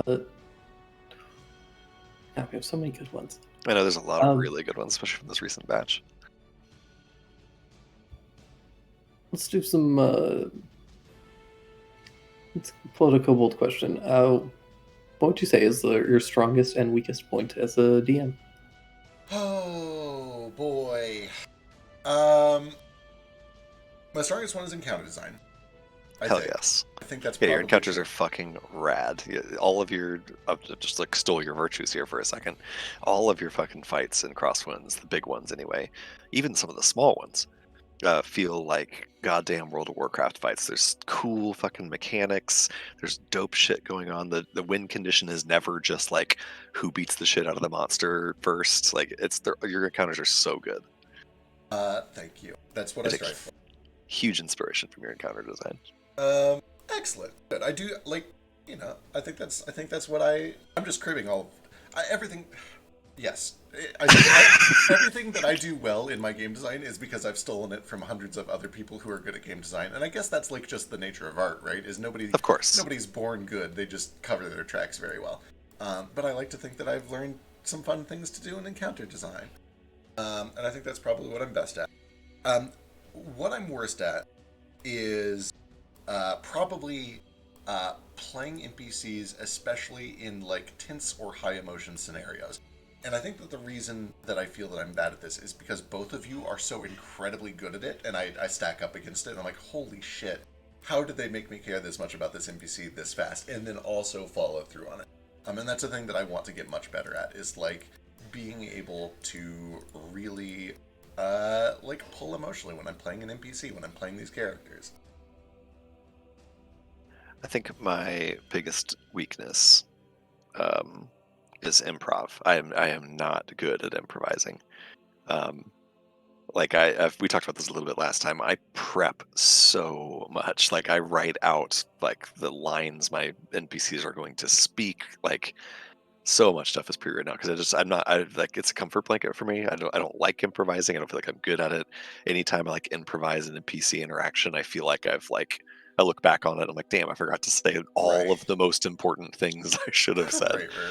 All that kind of stuff. So I'm not as good as improvising. I don't perform well when I have to just make up stuff on the spot. Legit. Um, Strongest point is absolutely, and I get the sweet benefit of having a home game where I'm not streaming, so I don't have to worry about copyright. It's my goddamn curated soundtracks. My music selections are on fucking point. It is true. It is very, very true. Fucking Forever Young for 18 is the perfect song. It's Rainbow real good. Connection for Pepper. Just breaking out of the like dope piano versions of you guys' songs in just the right moments. So I don't know if I've ever mentioned this because I think when it very first came up, everything was still a fucking secret and I couldn't talk about it. When you whipped out Rainbow Connection for Pepper, I don't know if you were aware that in Drake's C2, I had used Rainbow Connection for Cricket specifically as a way to deal with the concept of somebody that has died and has moved on beyond the astral sea, beyond the rainbow. I had no idea, no. Yep, and when you whipped that shit out for Pepper, I lost my shit. I was like, this is the perfect song for this, and he has discovered that too. Yeah, it really is. It's so good, and it's so good for Pepper because he's such a fucking ball of sunshine. He's so optimistic. I love Pepper so much, and that like song just it screams his energy to me. Oh yeah, for sure. Yeah, there's a lot of things I feel confident and good about my DMing. I think I do a lot of stuff that I'm proud of, but I spent some fucking time curating music. Yeah, you've got solid music choice whenever I can hear it. Yeah, say you're on a speaker, so it's often not as good for you. Yeah. There's times I really have thought about like when we got to the Hackett Family Orchard, I actually meant to, and I don't think I did. I wanted to like send you that song, like, hey, play this shit while we're going through this. But I usually get like a decent chunk of it. Yeah.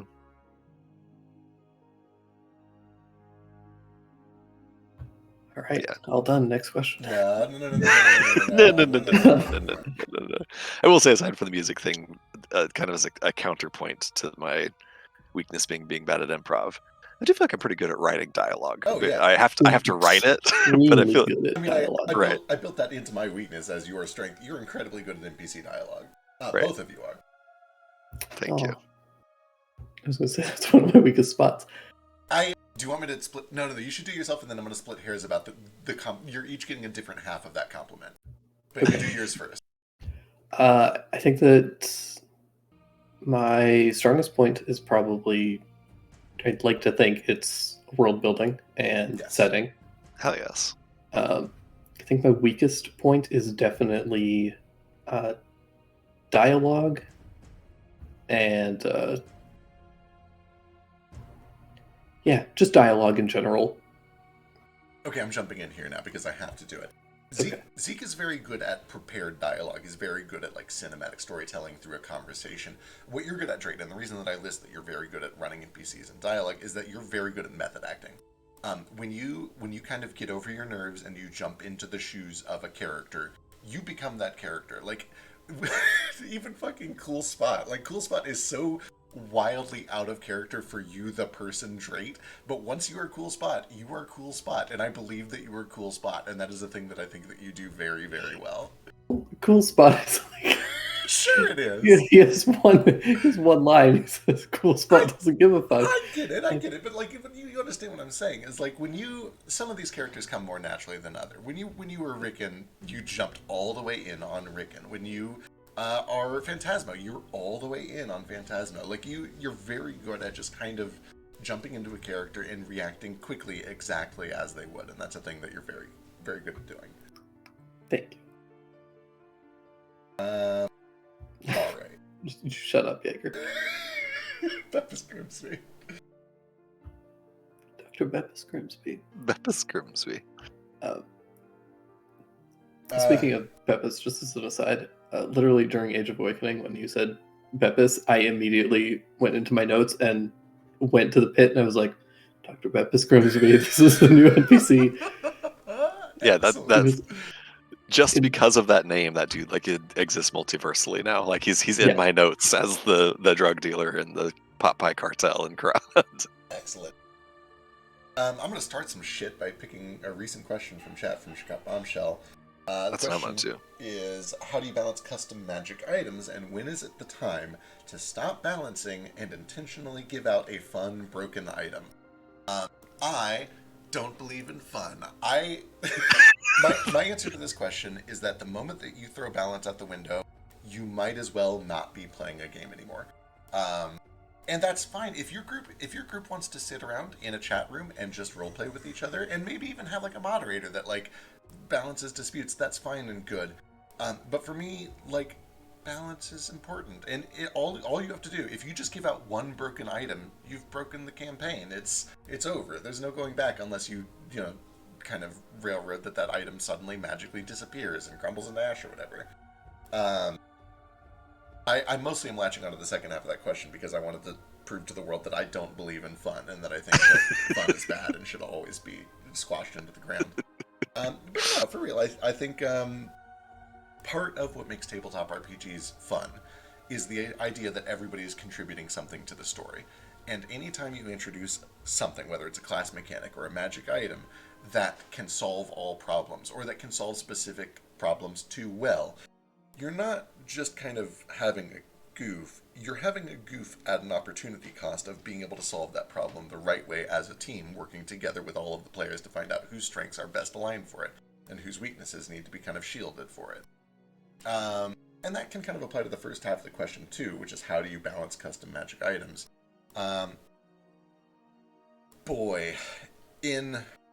In another system, a hypothetical system where magic items were balanced, the answer to that question is look at other items of the same level and make sure that they cannot accomplish what those items can't. In 5e, you kind of just have to ask yourself, what problems will this item allow the player to solve? And is that going to step on the toes of somebody else who might be already gearing up to solve that problem? It's one thing when a magic item lets the whole party do something new that they couldn't do before. Like maybe you get a hat that lets everyone... I can't even think of a good example here because there's so many spells in the game. The problem is when you give somebody a magic item that solves a problem somebody else could already solve. If you give them a hat of talking to frogs, well then suddenly the druid who could already speak with frogs, why do they exist? What problem do they solve now? And I picked a bad example with druids because they can prepare, and now Drade's going to yell at me. But you get the idea, right? Your magic item should never allow somebody to solve a problem that somebody else was already solving. So I'll bite a little bit on the opposition to that. I agree with you almost entirely in principle in terms of hating fun. However, if you are going... The time to stop balance and give someone a fun, purposely broken magic item is a consumable one-time use item. Yes. I'm good with I think a couple times I've given, especially my first campaign, like for example, there's that mummy, Matombo, and afterwards you got his eye and you could use it to cast ultra fucking disintegrate, and it did it was like a 9th level disintegrate spell that also was a con save. That's fine because it's once you used it, it was gone because it's over. It's I'm fine with giving a one-time stupid, like Gale with the nuke. Yeah, for sure. He got one big dumb use out of that, blew up a whole Illithid fleet, and then it's gone. And that's not even at that point. It's not even a balance issue. It's a MacGuffin, right? It's a plot point, and that's fine. Right. And I think that is the time for a purposely broken item is a one-time use plot MacGuffin. For sure. In terms of generally balancing custom magic items, I don't have too much of a problem with it, and maybe my players would disagree with that. I make a lot of custom magic items. I rarely use anything out of the book when I can avoid it, at least as story rewards and stuff. One really simple super duper easy thing is in 5e. Rare, very rare, uncommon. They all have set DCs. So don't fuck with that. Use the DCs in there. A very rare item is DC 17, the rare is 15, etc. Just little stuff like that. And if you want an item that does some damage and X charges per long rest, just make it do about the same amount of damage and the same amount of charges as an item of similar rarity. You'll be fine. It's not going to get too bad. And I think a big thing, and this has come up in Age of Awakening, is be upfront with your players and say like, hey, I made this shit up. If it doesn't go well, I'm gonna change it. Yep. I had to do that with the smart pants and the Daredevil badge because the Daredevil badge was getting really stupid. Just little things that like be open with your players about the fact that like you reserve the right to tweak balance and be fair to them. Like in my case, some of my players had like spent harder in gold buying these items that I later nerfed, and I said like, if that means you don't want them anymore, you can refund them. Yeah. And hey, that's But just like an important good DMing thing. If you nerf something that the players have already invested in, give them a chance to swap out. That's just like basic etiquette. Come on, you can do it. For sure. And yeah, just don't get too married to just be willing to tweak things. Yeah. Be willing to tweak things, and you'll feel way less worried about whether they're balanced. Yeah. You'll find out in 2 fights whether they're balanced or not, and then just tweak them. For sure. Tell them to go fuck themselves, and they made their choice. You keep them gold. I generally agree. For the most part, you want to keep things balanced. One-time use items that are super powerful are really cool. They can be really good story rewards, and they can be really good plot devices. And it also creates this, at least for me, because I love hoarding one-use items and then saving them for big moments. They're just really neat to have just in your pocket as this like thing that you wait for the right moment to come up, and maybe it does, maybe it doesn't. As for actually balancing them, it really just depends on the power level of your campaign more than anything, and the power level of your party, really.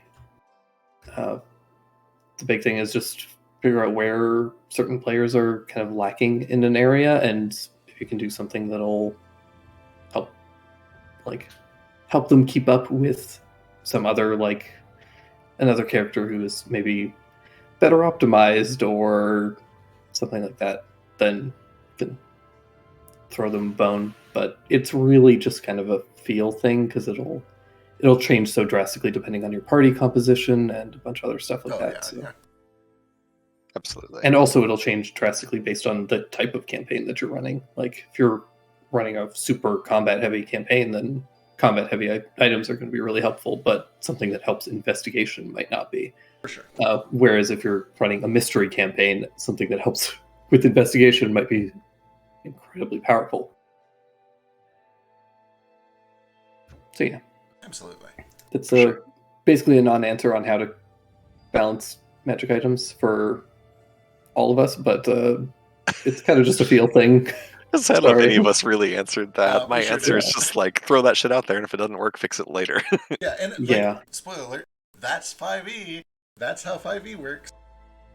It's so hard to like prescriptively balance anything in 5e because so much of it is kind of wishy-washy feels based. That's just how the game works. It's not a very rigid system. It's not codified. It's not numerically balanced. You really do just have to watch. You have to observe. You have to, and it goes back to the spotlight thing. Are any of your players looking like they're kind of gloomy because they don't contribute? Well, then maybe that's because you've introduced concepts and magic items that are stepping on their toes, that are doing things that they wanted to do. And you can also use magic items to fix that. Maybe, a character thought they would be doing one thing, and it turns out the sorcerer is doing a better job of them. Well, then maybe you can bump it up with a magic item, as long as they're making the appropriate commitments and investments to use it. For sure. There's a danger to that, and this is a whole spin-off that we shouldn't get into. If my character is only good because of the magic items that they have, then my character is not actually good, and that feels bad. Yeah, but what if I'm trying to help you because you rolled such dog shit stats, Jack? This wasn't even about Jack. For the record, Jack is coming online. Jack is almost. I know. I was just kidding. Yeah. No, I'm having Jack's awesome. Off. I love Jack. Yeah. He hasn't been, but at his current level, Jack is a playable character. Me. Norda was unusable until like level 11. Yeah.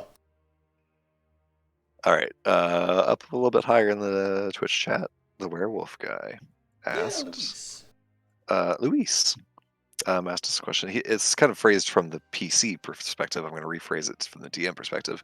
How involved are you as a DM with your characters? With the players in terms of where their character story and where they're going, the conflicts that'll happen, the changes they'll go through, etc. How much do you as a DM communicate with your player and involve them in the direction of their character story and where it's going? Hell yeah.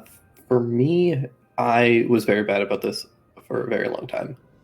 And I would basically just be like, oh, this is a story beat that feels interesting to me, so I'll focus on this. And that was bad. It was a bad way to DM. Don't recommend it. Uh, Now for Wake, I actually got everybody to take a bunch of time and answer a bunch of character questions that helped me uh, really flesh out an idea of how I felt like the players wanted their story to go.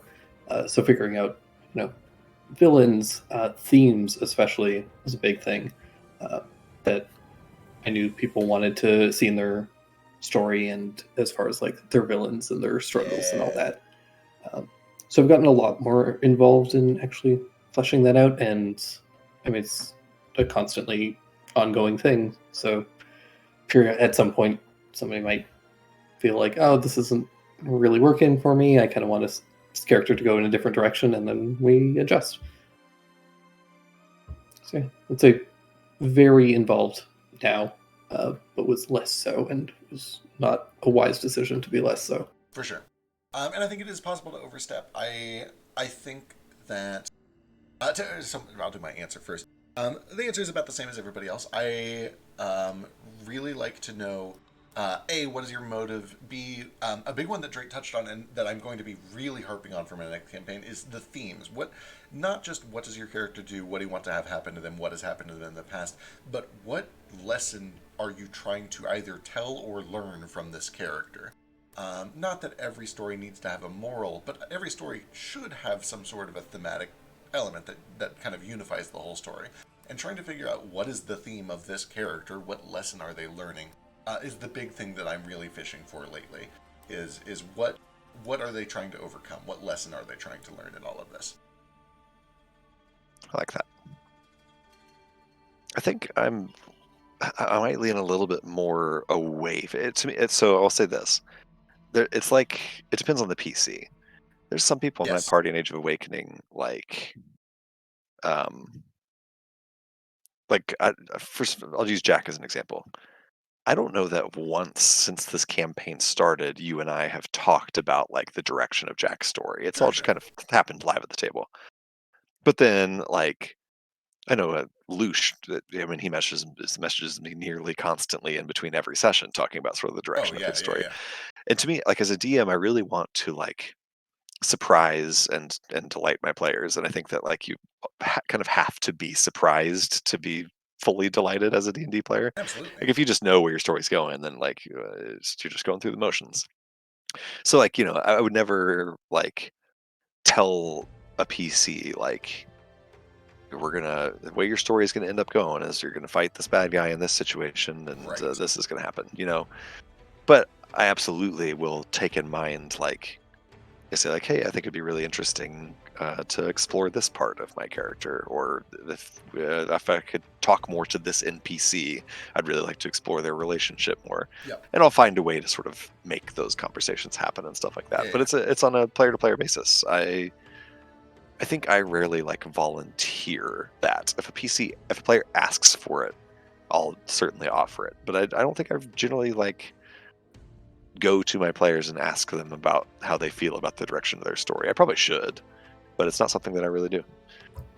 Yeah, I am very passive, but if people approach me, I'm very down to discuss it. But I try to really like front load all of my involvement,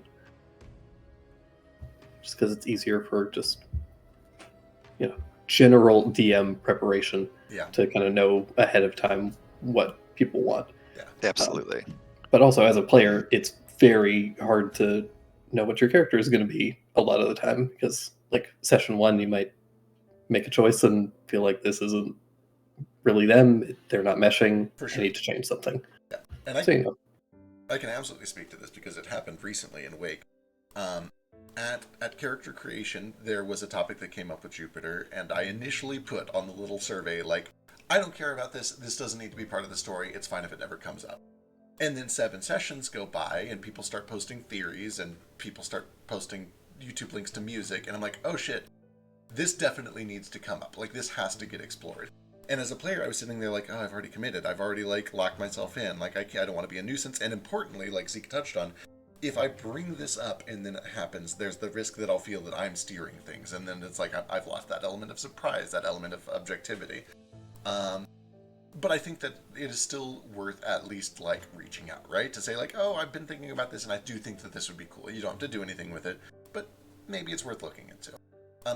There is a balance there to like dropping just the right hints and the right amount of like I would kind of like to explore this theme, but it doesn't necessarily have to go this way or this way. Just an open-ended, I'd like to look into this, and maybe this is the theme that I would like it to carry, is a good way to find a middle ground there. Yeah, I agree with that. I don't think it's a good idea as a DM to be like to like talk with your players about upcoming plot points. Right. I think that generally is bad practice. But in terms of like the kind of general direction of a character, I think that's good if the PC wants to communicate about that. For sure. Yeah. It's also just good in general if you're a PC and you're making potentially weird choices, or even not weird choices. Tell your DM like what your thought process is with that character. Absolutely. It's good for them to kind of know where that character's headspace is and what they can potentially manipulate to make you make a bad decision. For sure. But and I, as a DM, especially super duper appreciate that as like a big prepper. You guys know what a huge prepper I am. Like, I would much rather be told in between sessions, like, hey, next session, I'm going to teleport us to here, or I'm going to like Yes, yeah. do this off the wall thing. Yep. Because I would much rather know that and prep for it and not have to Yes. like fly by the seat of my pants with something like that. Like, and I'm going to use 18 as an example. We're spoiler alerts for the current state of Age of Awakening. You guys are ostensibly at least going to go meet with Dr. Dipple soon. And I had a conversation with you on the side in Telegram, like, hey, like, what is 18 looking for out of this conversation? How is he going to approach it? Do you view this as the end of 18's story? Like, does he want to keep adventuring? All this, and to sort of gauge where 18 was at with all of that. Sure. And I think those conversations are healthy and good. I didn't text you and say like, hey, when you meet Dr. Dipple, he's gonna fucking try to kill you. How are you gonna handle that? Yeah.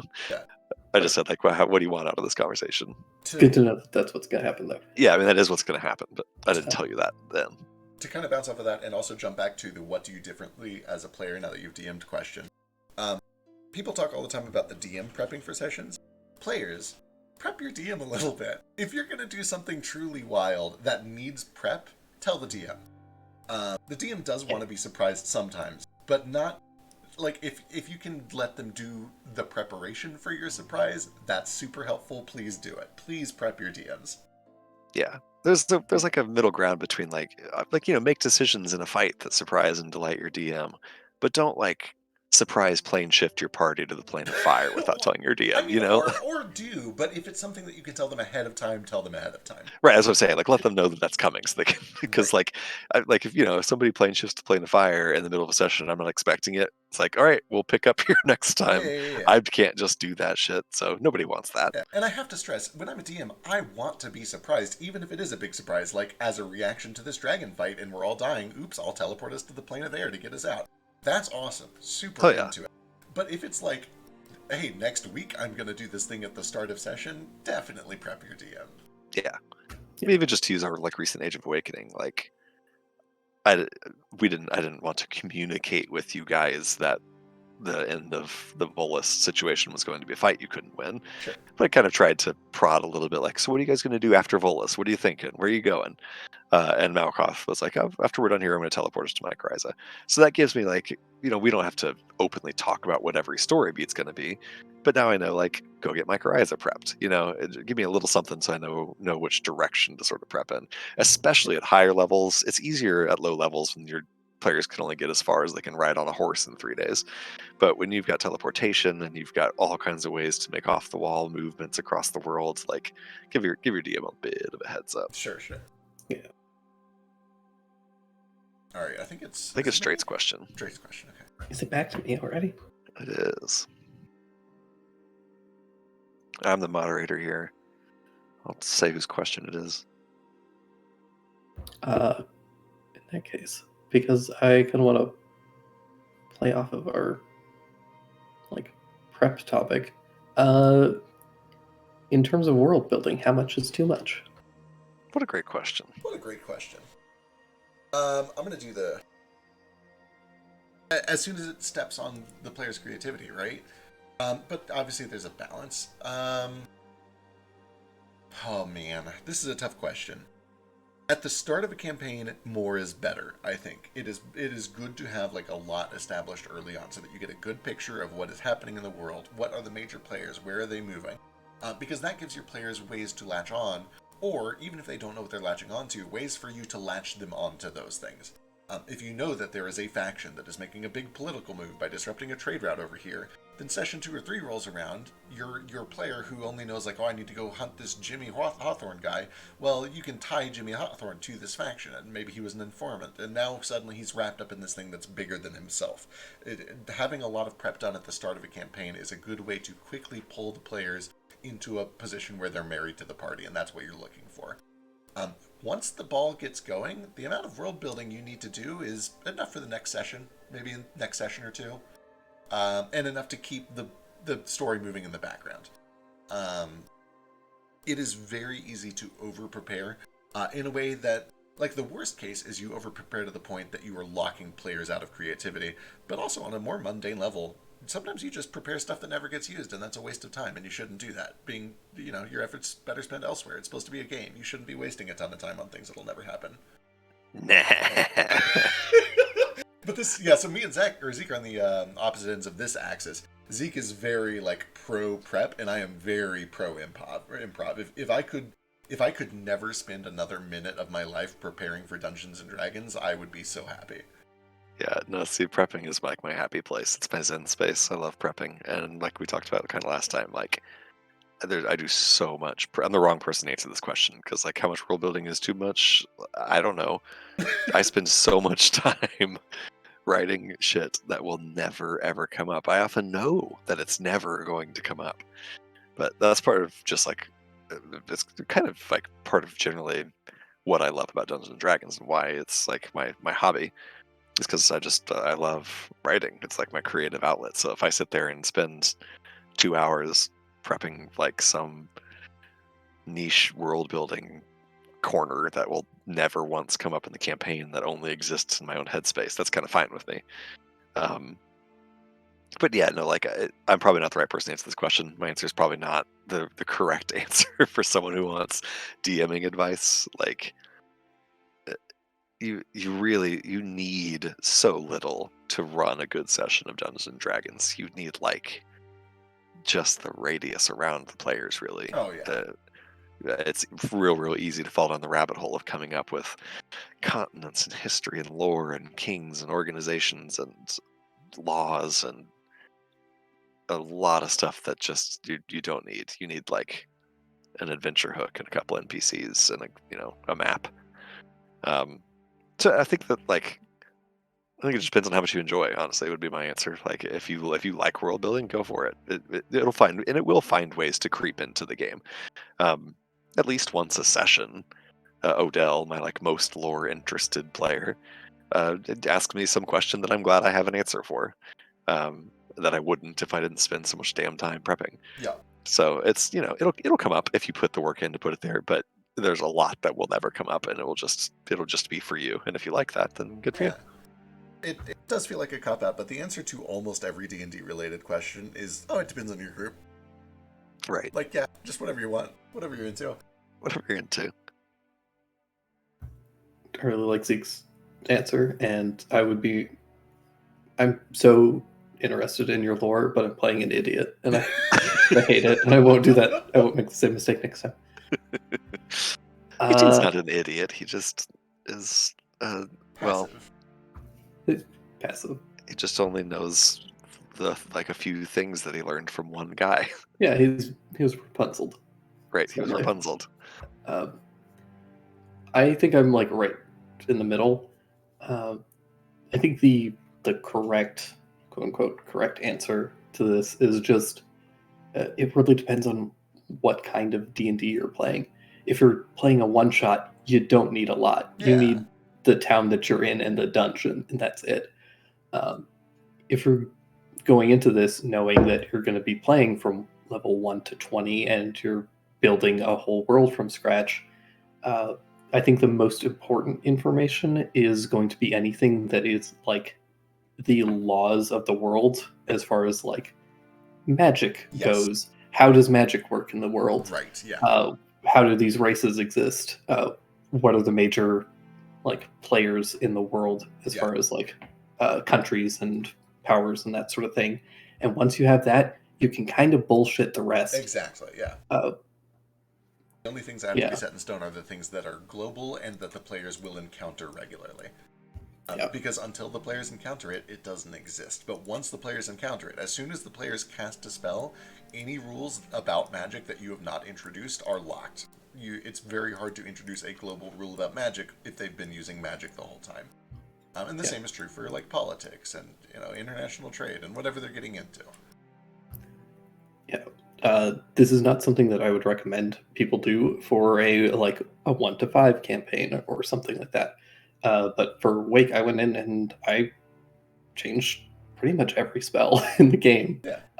Cut a bunch of them, changed a bunch of them, and set out like very hard rules for myself about how magic works and why. That way, there's some consistency, and then when stuff comes up, I actually have an answer for why it acts this way and what the limitations are. Hell yeah. Which is very important in D&D, where, frankly, the magic in 5e is not really balanced with any sort of narrative in mind. It's just kind of there. As much as I love 5e, it is one of the most frustrating aspects of it. So yeah, I would recommend if you're prepping, one of the major things that you should do is go through all of the spells, and even if you're just bullshitting it, come up with some understanding of why magic is the way it is. Alright, I think it's me. Yeah. I think my last question was the race one, which was kind of a fun, silly one. So now I'm going to do some spice. Spice. This is a question from Wiv. The question is, how spiteful is a DM allowed to be when a player deserves a little comeuppance? What a terrific question. We're about to have some fun. What a terrific question. Oh boy, I gotta think about this one for a second. Yeah, if you read it through, take it seriously. It's a good question. Maliciously and without remorse. We're about to see both ends of the axis here. There's some definitions that need to be put in place here about Sure. like what constitutes comeuppance or like deserving comeuppance. So like, if they're, for example, like, part of it depends on like player experience too. Yep. Part of this is how you gain player experience, I guess. Let's say you've got a player who is kind of like new to D&D, hasn't played a whole lot, doesn't necessarily totally know the vibe of the game, and they're playing a rogue, and they want to try to sneak off and do something by themselves. And they, try to sneak into a room full of enemies, and they botch their stealth check. I, as a DM, am a little more like forgiving in a situation like that. Not, I mean, the monsters are going to do what they're going to do, but I'm not going to deliberately, spitefully try to punish the guy for sneaking off on his own. Sure.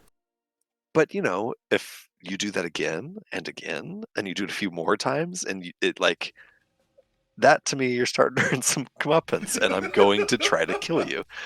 And then, there's other situations where it's, if you've got like an actual problem player at your table, then I think that doing like spiteful decisions as a DM in game are the wrong way to handle a problem player. Yes, exactly. If you've got someone who just doesn't have good chemistry at the table, or is making shitty decisions and screwing over the party, or like, stuff like that. I think most of the times, if you've got a player who's deserving some comeuppance, like, probably 80% of the time that is something that needs to be dealt with outside of the game. Thank you.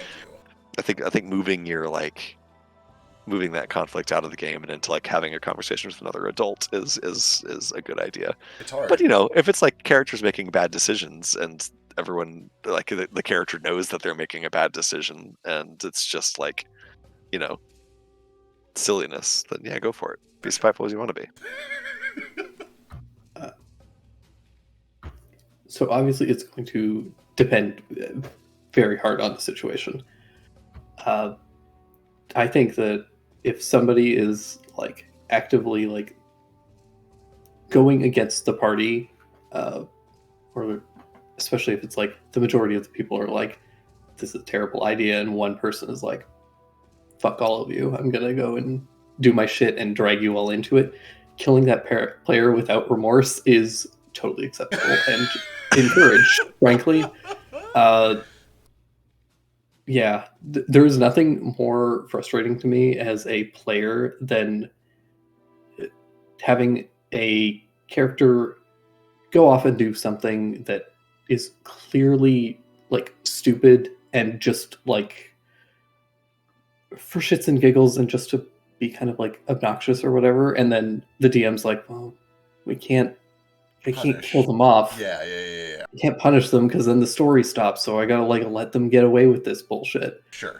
Right. And that's so annoying to me as a person. I'm just like, just kill him. Like, yeah, anytime I make a decision, if I know it's going to be risky and I get killed as a result of it, I mean, that's how the game goes. Like, Oh yeah, for sure. Yeah. That was I like welcome death with open arms, and that is why I also expect it for other people. that was like the Brooke in Age of Awakening situation, which is kind of a weird news because I think you were also kind of just flexing druids at that point, and also Oh it yeah, was that like was me just being like, Well, try. Well, look, that- I'm flex immortal, druids. so that, and also it was like a throw. No, I should say throwaway character. Brooke was a great character, but like it was a temporary character, not your like quote unquote real character in the campaign. So she died. It was kind of whatever. But that was a situation where I was like, if you go do this, like, I'm gonna try to kill you. And it's not that I, the DM, am spitefully going to try to kill you, but like the world is gonna try to kill you. Yes, there were monsters there, and I rolled badly. And Right. Yeah. I think it's a fine line. I think that a DM, as a human being sitting at a table, being spiteful towards a player as a human being sitting at the table is probably not good business Correct, at yeah. any point. But I think that a world punishing a character for making bad choices is super duper valid and downright necessary to reinforce the whole like spirit of the game, which is like, if you don't cooperate, you die. For sure. If That's you make bad necessary decisions, to you die. Your actions have consequences. right. yeah, I mean, if you're a little baby about it, just Yeah, I think most time if you're a GM being spiteful to a player, probably that's not the best way to handle an interpersonal conflict. Sure. I don't even need to answer this one because Zika said everything that I was going to say almost word for word. Most of the time when I hear a DM, like even if you're a DM and you use the word spite, my mind immediately assumes that you're having out of character problems and you need to deal with that like an adult by talking to the player out of character. And if you are using the game as a way to sweep under the rug the fact that there are out of character problems, you're poisoning your whole table. Like nobody, you're not now. The beef that you have with this one player is everyone's problem because it's infecting the game. Talk to your players, figure shit out. You can do it. You're adults. You're friends, right? That's why you're playing together. I believe in you. You can really do it. I swear. But yeah, in character, if a character does something stupid, they should suffer the consequences. I'm just going to sit here and repeat everything that's already been said. So that's good. All right. Let's see here. I'll keep all of this in mind when the Ragman comes back. The Ragman cometh. I'm so excited to see what shit you've slipped into that. All right. This might be a related question. What's your favorite thing a player ever did in a game? Like some memorable action their character took Oh my god. from Catboy Detective.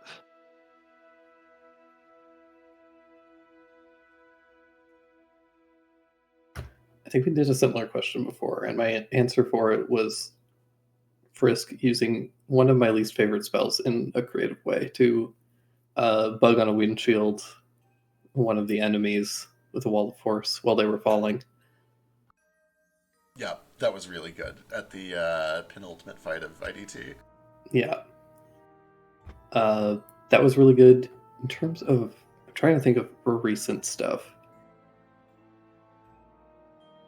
And I'd say I'll open this up to like if another player in a campaign where you were also a player did something you found Oh, really for sure, memorable for about sure.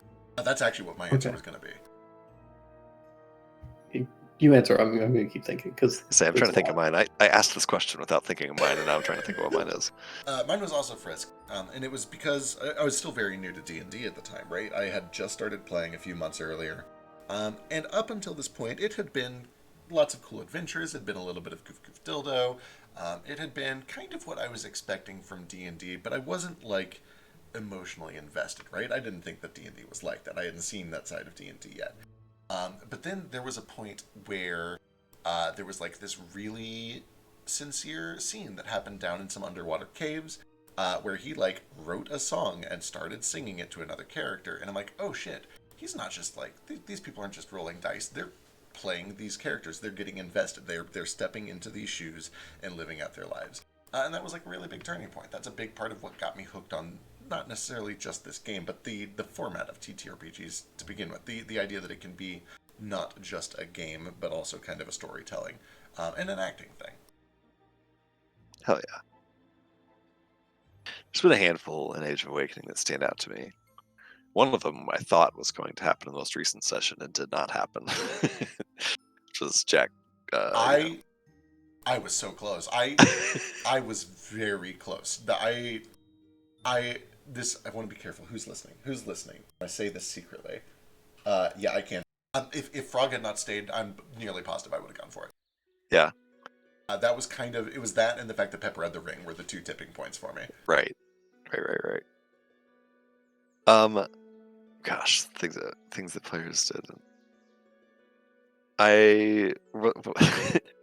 One that has really stuck with me was Malkoth using those like belladonna petals Oh yeah. to poison the fuck out of those two people that were cheating at poker against him. That was so good. Boy. So great. Gosh, what are some others? There's so many. There's been some Odell ones that and this is Moat too. Eli in general as a player, he like little moments that he just role plays out with his character by themselves that just are always really great and just like Odell when he finished his rune and he like went and took his book and sat by the grave of Halameth and just like said Eureka and then left the codex there. Just little stuff like that. Yeah, and yeah. like dropping the paper for Thalian to find after when you guys teleported away. Just like little things, little character actions that are not like big narrative like beats, but just like things that make his character feel very real to me. He has a lot of moments like that have really stuck with me. Yeah, Eli has a ton of good moments for that. I love Odell so much. All of the little side things that he's been doing with him has been great. Mm-hmm. Gragnock sticking around to flirt with the Ice Queen. That'll stick with me. That's good. The highlight of D&D, right? Is the stuff that has nothing to do with pushing the main story forward, but like the players getting themselves into trouble because of who the character is. Yeah, that's the good stuff. Hell yes. It is actually Gragnock is one of my highlights for when he punched 18. Oh yeah, absolutely. Really that was another really good moment. Yeah, that one for sure. And then like Gragnock and 18 burying those two bodies together also has stuck with me. It's like a moment where I just love Gragnock and 18. Their relationship is amazing to me. Like their whole conversation after that punch, the punch itself, and just like the weird juxtaposition of their relationship. They're two people that I think have like an immensely an immense sense of the sanctity of life, but they interpret it in just such radically different ways. Yeah, they reach an impasse often. But I love their dynamic together. They've had a lot of cool moments like that. Yeah, it's been really good. This definitely isn't like one of my favorite player moments, but just as an observer, it was one of my favorites. It was just Lush hanging out to sneaking in to listen to Valamir and Lane's conversation because I, out of character, wanted to hear it so badly. It was just like, one of us has to do it. Yeah, that was pretty great. That really is like the thing that I think Kingdom does best is just be nosy for, like, he's nosy when we all want to be nosy. He will go dig down the curiosity that we're all kind of itching to see. Oh my god! And I don't know. I forgot maybe one of my favorite moments in the whole campaign so far. Speaking of Valamir's Keep, Jack taking the Starberry out that night, like outside, and that like scene with Ginny, so fucking good. Oh, That one boy. hit me like a truck and like stuck with me for a while. And that whole conversation with Pepper that same night. Pepper's had a lot of like good scenes with Jack that have like resonated with me. That was a rough night for Jack for a lot of reasons, some of which still haven't come up. That was fun though. That was a good scene. Can't wait for Monday. I'm going to destroy everyone because I've been making notes of shit people have said. I love it. This is not even related to a question. It's just a thing that Drake. So Drake has been rewatching Age of Awakening, and has been rewatching with additional context. He's learned a thing and is now rewatching with that context about Jack.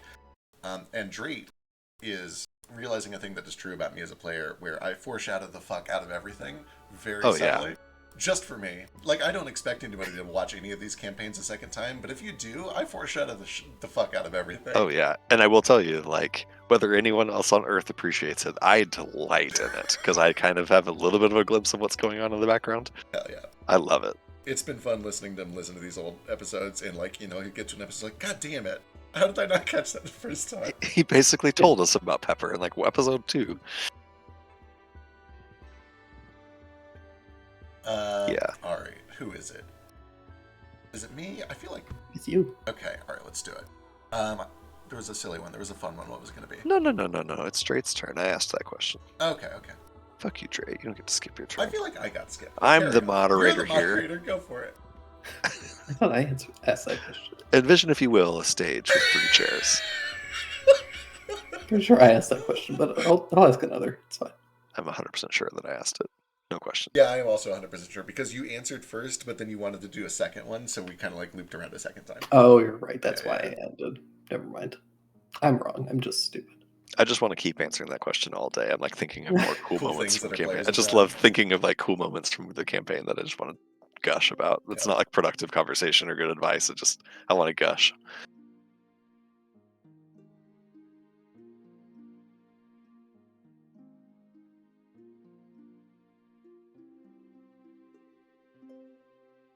Fucking Lush giving the Demlock Colossus to Odell as a birthday present. Hey, I'm real glad Lockett cut Victor's ear off. I'm glad you took that. I know you weren't a player at the time, but it counts. I'll take it.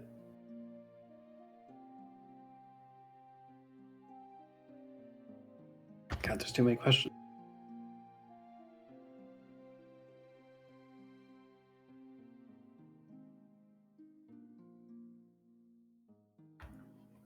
Here's another good bombshell question. What are some of your favorite DM created monsters and why? Oh yeah. Ooh. Oh, I have a good one. I have a good answer to this. I actually really like this story. This is a fun story. One of my proudest moments as a DM. There were tiny little creatures, tiny little, maybe 1 foot tall, chubby mud creatures, like little golems made out of mud called cubbles. And the deal with cubbles is that they imitated the things that they had latched onto. They would wake up every morning, and the first thing that they saw every morning, they would imitate for the rest of the day. And the players came across these as they were doing a little mission. They're like, oh, cute, the little cubbles. And one of them woke up and latched onto one of the players, and we had a good goof about this couple following him around, and he would start yelling, so the couple would start yelling, and he would start running, and the couple would start yelling after him. And that was just kind of a fun concept to play with to begin with. They weren't good at combat. They had 2 hit points each or whatever, but it's kind of just a fun little world building thing that was fun to introduce. But then they went down into some caves, followed by a handful of couples, and they found more down there, and the couples they found in this cave were doing weird things. There was a couple that had his arms stretched out, and he was leaning against a wall next to a sword rack.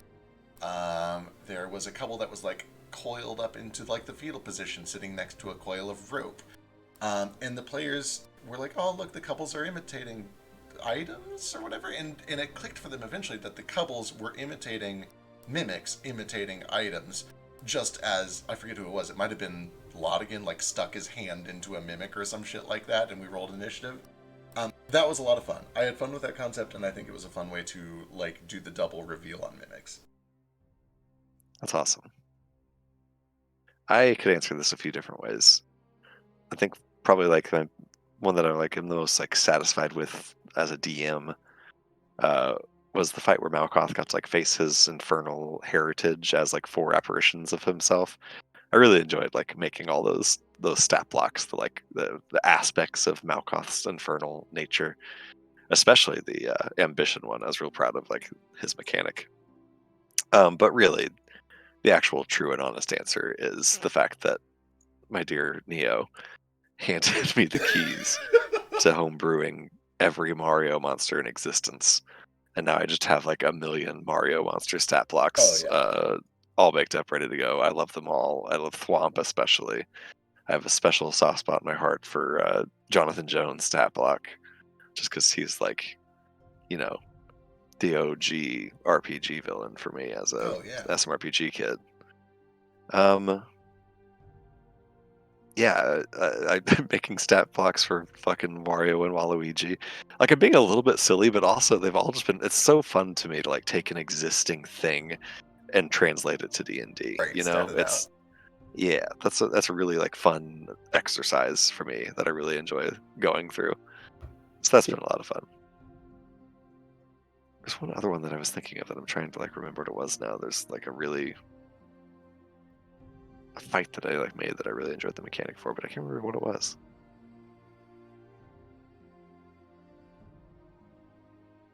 Anyway, All of 18 siblings. yeah, those are all. That's going to be a hell of a fight. Could be real sad. Just kidding. Oh, I know what I was thinking of. It wasn't a fight. It was fucking succubus. That's the best monster. Yeah. That's the best monster I've ever homebrewed. It's not. Homebrewing is a generous term. It's just a fucking animated bush, basically. But you know, as far as a creature that I've invented, it's succubus.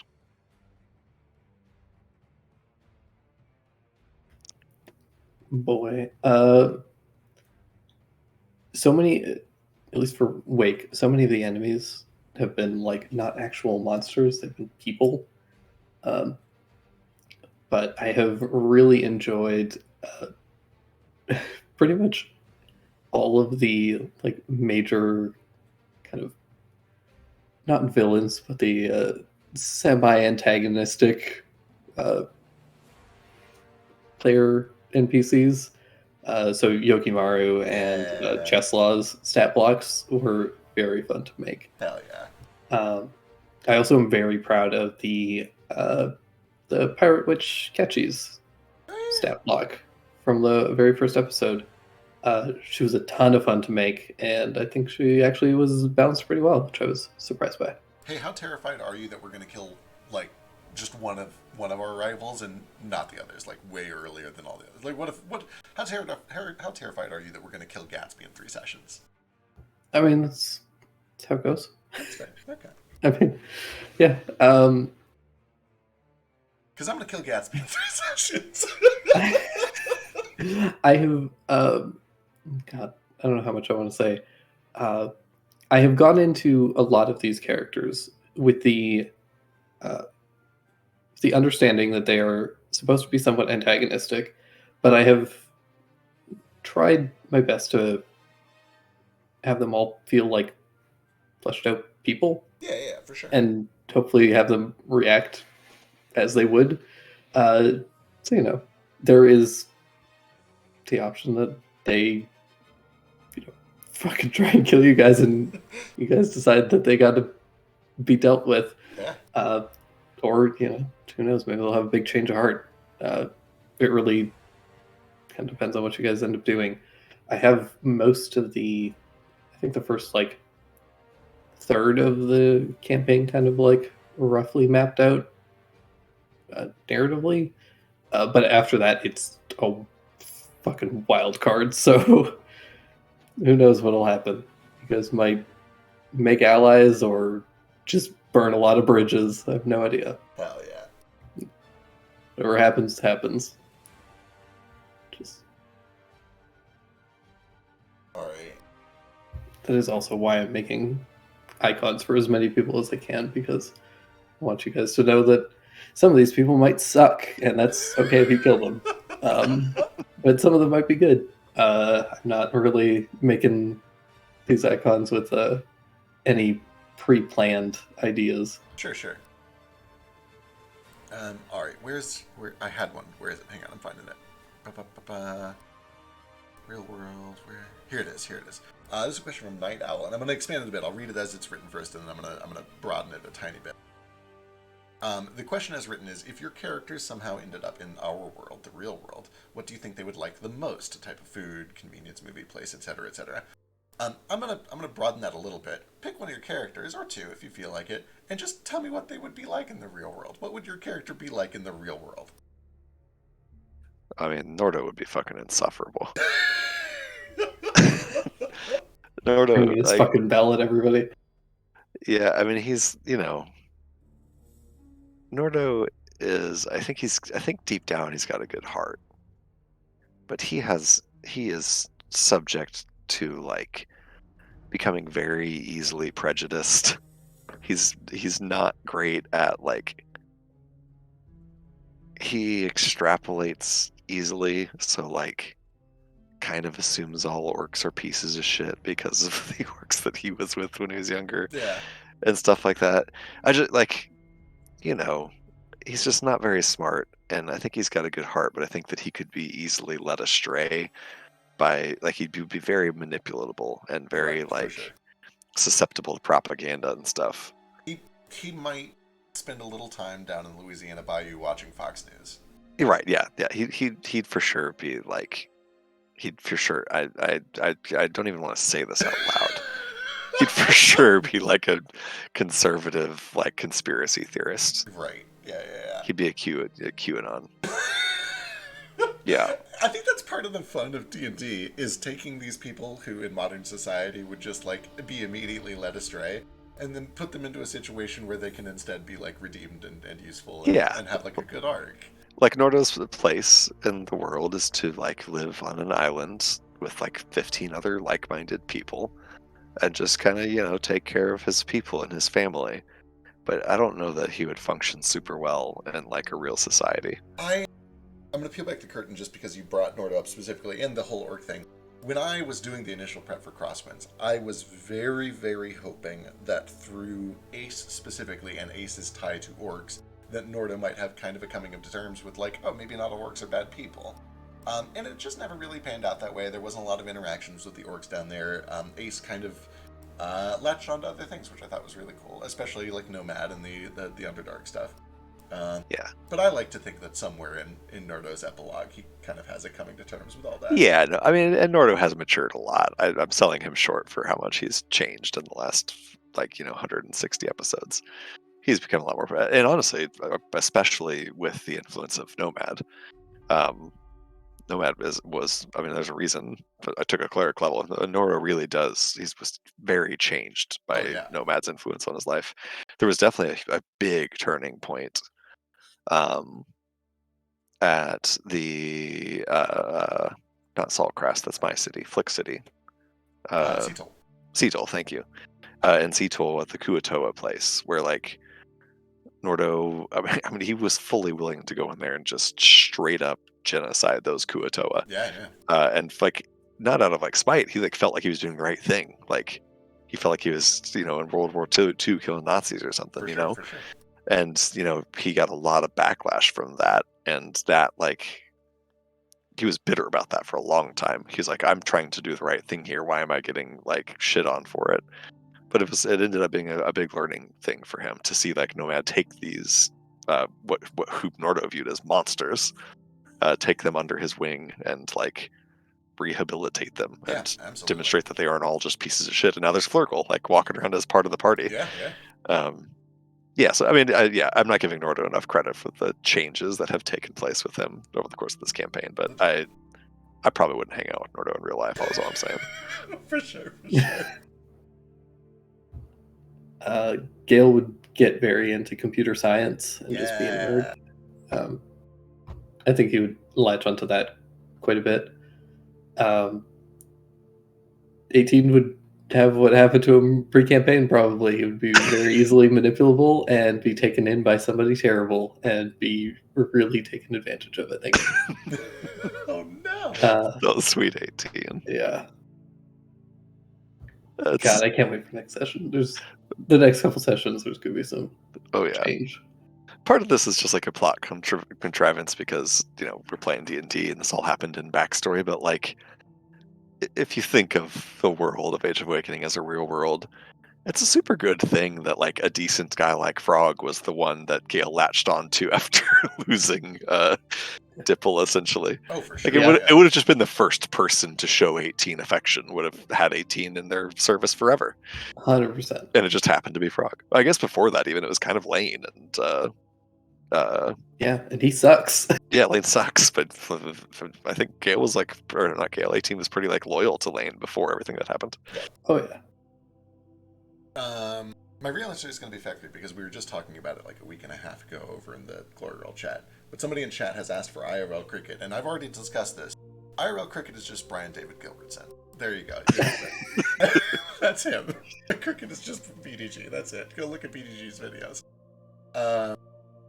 No, we were talking about this the other day. I think Factory would probably be like one of those.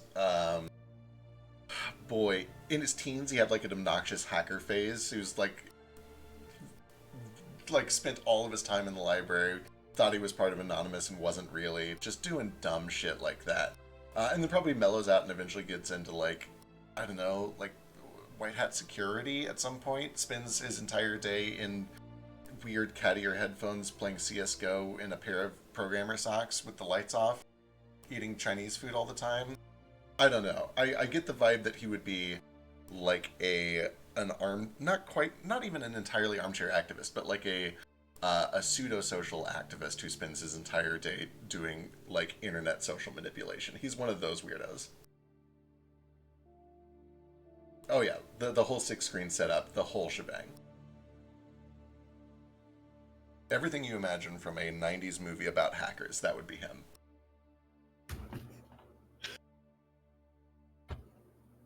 It just makes me mad.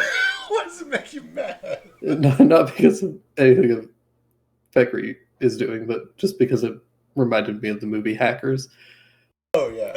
And I watched that movie specifically because I had an interview for a job. I was like 18 or something, and the guy had brought up Hackers as a movie, and I was like, okay. And I thought the interview had gone really well, so I went and I watched the movie just in case. Sure.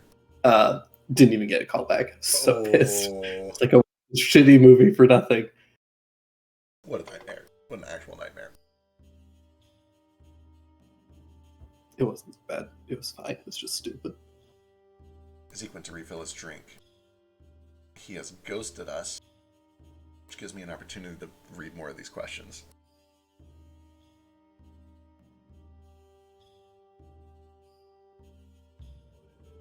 Yeah, Shakat in the stream. Cricket, the OnlyFans streamer. What if BDG was an OnlyFans streamer? That's probably the closest answer you're going to get for Cricket. What if he did both? The Markiplier OnlyFans. Oh my god, did he actually... He was going to do that, right? Oh, he did. Did he follow through? Yeah. Did he actually, like, do lewd shit? Or was it just for, like, the gimmick?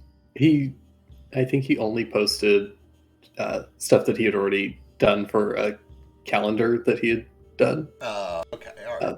So it was, like, tasteful, but it was technically his dudes. Okay, that's fair. I'll give it to him. Half credit. He can have half credit. All right. This question comes from Drate.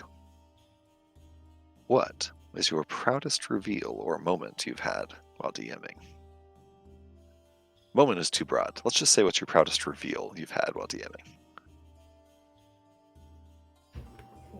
I thought we had already done this one, but I will tell the story Have over we? and over. Maybe, I don't know. Maybe it's just that I've told this story a lot. So Say it's not grayed out yet.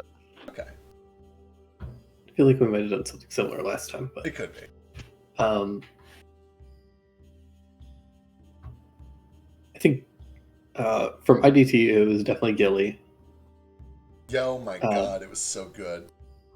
Yeah, the weird mini.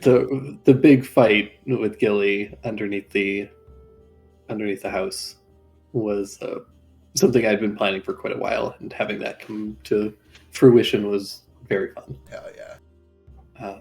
Basically, for people who didn't watch, which, side note, don't watch it, it's real bad. But it was a good moment. Gilly had been this like little shitty antagonist for the party for a while, and then it got revealed as I kind of finally went down to confront him after he had kidnapped several like friends and allies of the party, that he was not actually a single person, that he was several, and there were a bunch of like Gilly clones that all came out and started fighting. It was so good. It was very good. Yeah, I think that was my favorite IDT reveal. Wake hasn't been going on for very long, but Kohaku in a prison was very funny to me. Yeah. Yeah, it was hilarious to me too, as like a new viewer. Yeah, because I didn't mention it to him, but it was just like, he's a diplomat in a foreign land while war is going on. He's probably gotten put in prison. Seems right. Jupe losing the ship was also fun. Yeah. Uh, Was it? Sure was. I was ready for it. I didn't know how it was going to happen, but I was like, no, don't blow me up the first session. I needed something that was going to like ground you for a little bit. Oh yeah, for sure. I didn't want to like take your whole ship away, because that was like an important part of your backstory, and I think it's a cool character trait and aspect of your backstory. But I did need to give you a reason to be like in town for an extended period of time. Yeah. And peeling it back to jump to another question from earlier, a thing that we had discussed ahead of time is that like Jupiter is built to latch on, but he needs 2 sessions of why should I latch on to get him established, and that was a really good way to give him 2 or 3 sessions to latch on. Yeah. And then I killed off Juno. Hey, what? Excuse you. Or, She's well, fine, like, right? yeah, she's fine. Yeah, she's fine. She's totally Made her fine. very sick. Yeah, she's fine. Everything's fine. Boy. Honestly, the fact that there are Pokemon in Bromrose, I sat on that for a long time. That was fun. Yeah, I'd say that sat for a while. Oh, I had been sitting on that for literally the entire campaign. Yeah. But that's probably not my proudest. It was just like, boy, I sat on that for a long time and I could have said something and I didn't. I think the proudest one is the story that I've told a million times about how in my C1, Frisk was playing Jerry, who had a little mechanical companion named Tominator. And it was revealed at the very end of the campaign, or near the very end of the campaign, that Jerry had like wiped his own memory to forget some terrible stuff he did as part of a secret organization that did like a bunch of unethical research, and that some of the unethical research that he did, the stuff that pushed him over the edge and realized that it was wrong and that he needed to make a change, was unethical research done to somebody named Tom in cell 8R.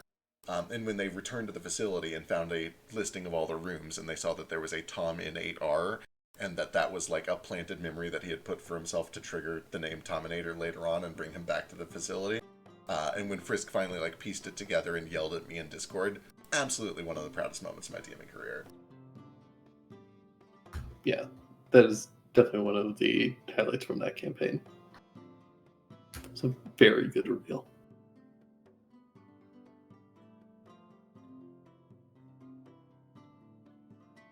I'm trying to think of like big reveals in this campaign that he can tell us about already.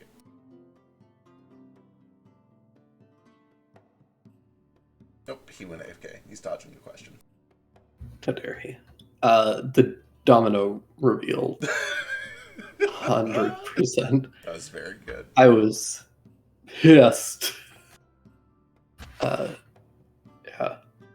As far as like making somebody upset, but like in a good way, that was probably the strongest I have been, the most upset I have been, but like in a good way. Yeah. Yeah, that was like you telling me all the shit that the slavers did to Rickon. I was like, okay, well, I'm now angrier than I have ever been at anything in my entire life at this fictional organization. Yeah. And I will burn them to the ground.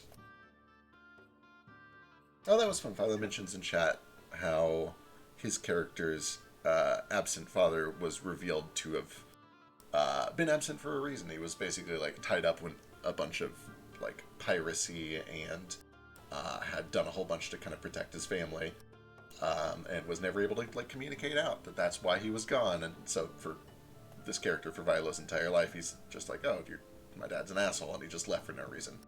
And it was revealed that he was actually doing a tremendous service to kind of keep the family safe.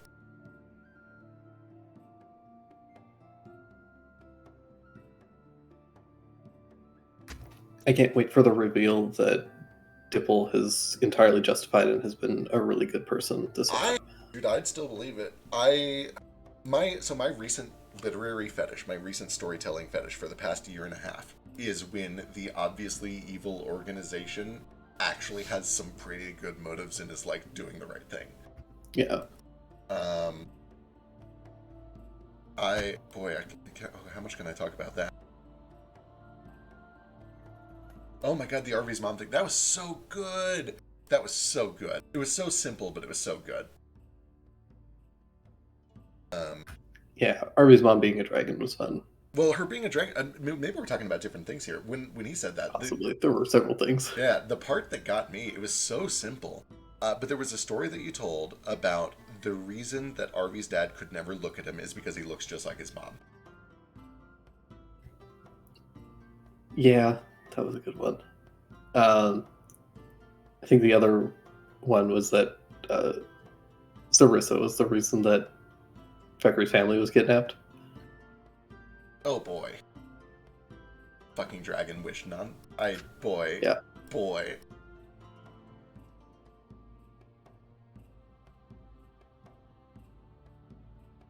What else? What the good reveals did we have? Yeah, I sat on that one a while. The entire idea behind like a dragon. Chris doesn't remember. Chris doesn't remember. The whole thing is that in the IDT and the Anduin world, I stole a thing from Drakengard 3 where when a dragon dies, they expend a bunch of magical energy and essentially get a dying wish. And Zarissa's was she wanted Harvey to be happy and be safe. And the way that that ended up manifesting was that kind of in a predestined sort of way, Fekri got pulled into this weird organization by a bunch of people who had literally no reason to be that far away. At least that's how she interpreted it. And then Shadroth, in his dying wish, later became Thordak. Hey, what the fuck was up with Thordak? We never got that, did we? No, yeah, he was... Shadroth's dying wish was that he wanted to live again. But all dragon wishes kind of come at this like weird Monkey paw. like monkey's paw court cost. Sarissa's obviously was that Fekri suffered a bunch. Thanks. And Thanks, Grandma. yeah. Mother-in-law. And Shadroth's was that he literally can never remember his motivations or his past.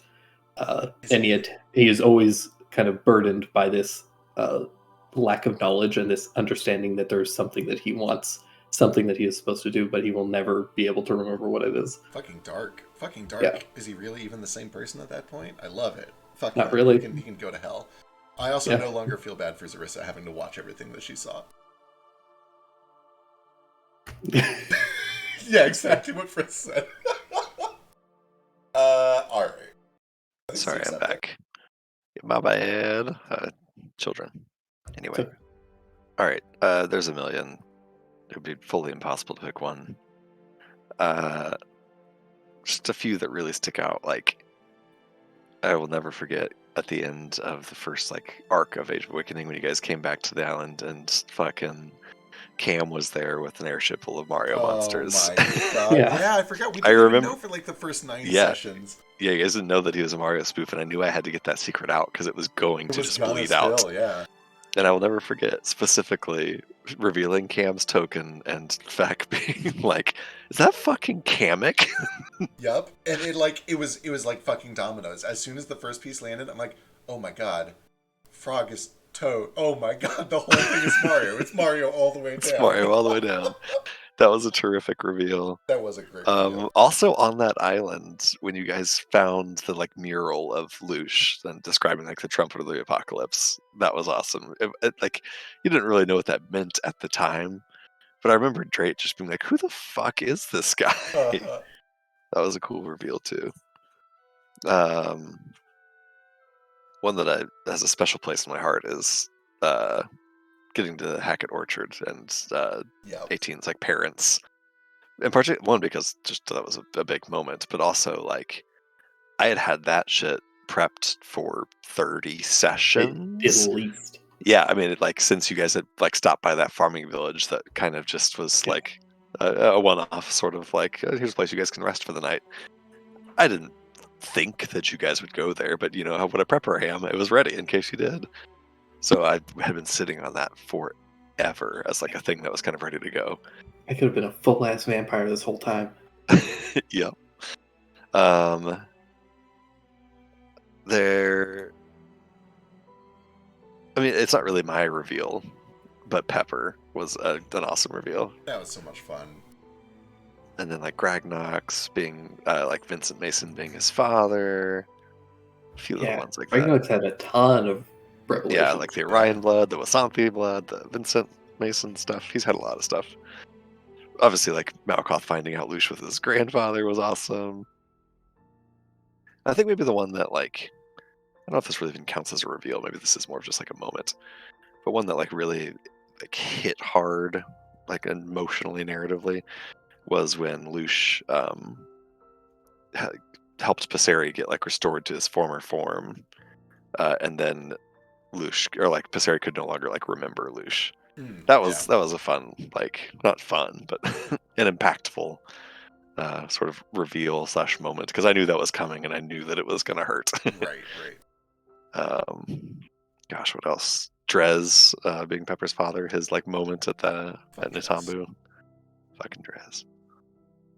So much. There's been so many just like moments like that.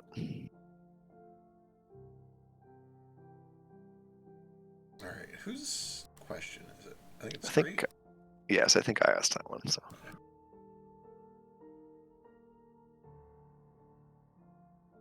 I feel like I keep asking them, and It's the thing about round tables.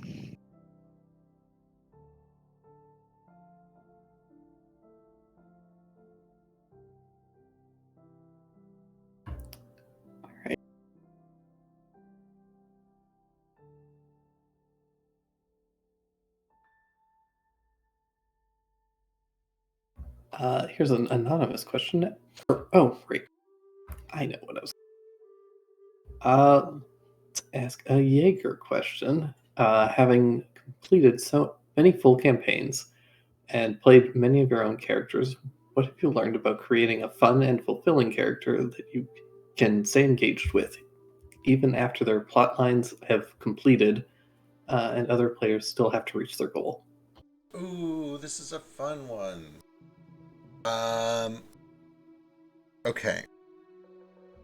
So I think a really big part of this is that when you make your character, they should have a good excuse to do things that you wouldn't do yourself. Mustard, I think, is my strongest character here, where Mustard was just a little bit of a goof. He would do things just for fun, which is a thing that I, as a person, do not do. I don't believe in fun. And Mustard does believe in fun. He would do things just to be silly, just to kind of like get a rise out of things, to go on an adventure. And he had a hook of his own, and he had a story to fulfill, and he had, a plot that went from point A to point B. But even after point B was done, he just wanted to go out and have fun. He wanted to keep doing things. And that's just one example. Jupe has a reason that he will continue adventuring even after his own personal shit is resolved. And it is tied to his personal shit. It is very deeply and intrinsically connected to what got him adventuring in the first place. Will keep him adventuring even after his story is completed. Thackeray's was the idea that he had to make some good in the world, that he had to atone for the things that he had done. He had a personal story, he had people to rescue, and he had an organization to take down. But even after the Northwind Trading Company was taken down, Thackeray believes that he must spend the rest of his life making the world a better place or he's going to hell. And that's a very compelling reason for him to keep adventuring and to keep making interesting decisions over the course of a campaign, even if they're not about his own personal story. And I think that really is the ticket, is you just have to give your character not just a selfish motive, but a selfish reason to be selfless, a selfish reason to do things that don't necessarily benefit them. Yeah, I've only really, I haven't really even ever completed a campaign with a character. Nordo is the longest character I've played by a long shot. So, and yes, I honestly kind of feel like Nordo was my first like real D&D character. Not that, I mean, I love Tokla with all my heart, but that it was kind of slapstick, and he was a very silly character, and he, he would not fulfill the conditions of this question, which is that like if his shit was done, he would not have kept Right, adventuring. right, He was right, a right. selfish prick. Yeah, for sure, for sure. Anyway, with Nordo, like I think it was I brought Nordo into the campaign feeling like, or he was like desperate for like validation, friendship, family, all this stuff that he got from the party, and very much feels like he like they are his family. Like there's nothing he wouldn't do for the other people in the party just by definition, For sure. without without condition or qualifier. One, because they've all done so much for him and helped him accomplish his stuff, and I think that can be enough when you build a character. Like if you've got your own agenda and your party helps you complete it, an even moderately decent person is gonna be like, "Cool, I owe you guys one." Right, yeah, yeah. But that doesn't really necessarily help you stay engaged with that character. It's a little hard to keep role playing a character for a bunch more hours and sessions and levels of a campaign when you kind of feel like you're just there to help other people. So yeah, I think you have to bring a character to the table that, like Fex said, that has a reason why they would want to keep adventuring after their own stuff is done, but also bring one that like is bring a character to the table that is such that they are going to develop strong relationships with the other party members, Right. so that they genuinely care about what the other people want to get done. Yes, yeah. You know, and you can't necessarily know in advance which relationships they're going to form or like who's going to matter to who or whatever. But if you bring a character to the table that needs strong relationships and wants them, then something will spark there. Right. Yeah. I'm a selfish prick, so I tend to. I haven't played a ton of characters that are like super eager to keep adventuring after they're done. Gale, for instance, like I think for the most part, he would have probably stayed in Saznak after had things not kind of been revealed and pushed him to go kind of see things out. But that was just mostly because he felt like priorities wise, there were more people that he needed to help here. I think the main thing that keeps me, lets me make maybe slightly out of character decisions is my engagement with the other characters in the party. So I try and just get attached to other people, and sometimes characters will resonate, and sometimes they don't. But usually, if there's somebody in the party that is still eager to go, I want to have my character go and help them out in some way. Absolutely. Moat especially has been really good for that, for Gale, just because I think they have some weird connections in a like I gotta be bigger than myself kind of energy. Absolutely. I think it's also worth mentioning that, like, again, it depends on your campaign style, your table style. There are tables and campaigns that you can play at where it's okay to retire a character. Yeah. Not every campaign has to follow the same 8 characters from the start of each of their stories to the end of each of their stories, and then it's done. Yeah. And For in fact, sure. I don't even necessarily know that is the best way to do it. Yeah, I mean, like, to reference Crosswinds, like, Nomad's Ascension was like a huge, massively impactful moment for Yeah. the campaign, not just for him, but for the whole party and for the whole dynamic. And, like, you know, that was perfect. That needed to happen that way, I think. And the campaign is better for it, not for not having Nomad, but just for that moment, for that story beat. Yeah, for having a change. Exactly. Right. Oh, this question is incredibly simple, but I think it's a good one to answer just to, like, dispel myths. Metaphor asks, how do we pick players for our games? I think this is going to be a very simple one for most of us, but maybe not. Yeah, mine's extremely straightforward. It was like the first campaign I ever played was the people that I had played D&D with before, and it was the same, 5 of us, and finished that campaign up. Wanted to start another one. Had a couple friends at work that also wanted to play, so I invited them, and had like gotten closer with Drake at that time, and was like, cool, we can like try having somebody play remote, see how that goes. And that brought us to 8. I mean, I would have loved to I would love to have Philo in my campaign. I'd love to have Frisk in my campaign, and there's another guy at work that also wants to play. But you just have to draw the line somewhere. Exactly. And for me it was 8. 8 was already too many, so 8 was like enough. So yeah, for me that was like just the people that I've always played with, plus a couple new people that I kind of wanted to rope in. Yep. Yeah. Basically just had a couple of friends. Really, Frisk was kind of the first person that I played with pretty much. When I first started getting into D&D and wanted to run a game, he was basically the first person that I asked that said yes. And then he invited Dash because they were together. He was like, and that slowly kind of spread out, and eventually invited Vec and had other people like jump in and out throughout. But it just kind of slowly developed, and now we kind of got a pretty solid little friend group that we've just stuck with.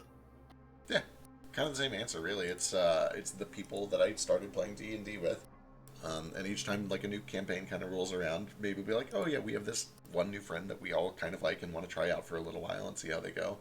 And it's just this.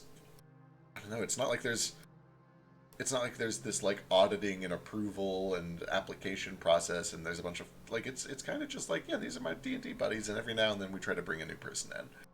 Yeah, we definitely aren't like, we're not like auditing applications or anything like that. It's just this same old group.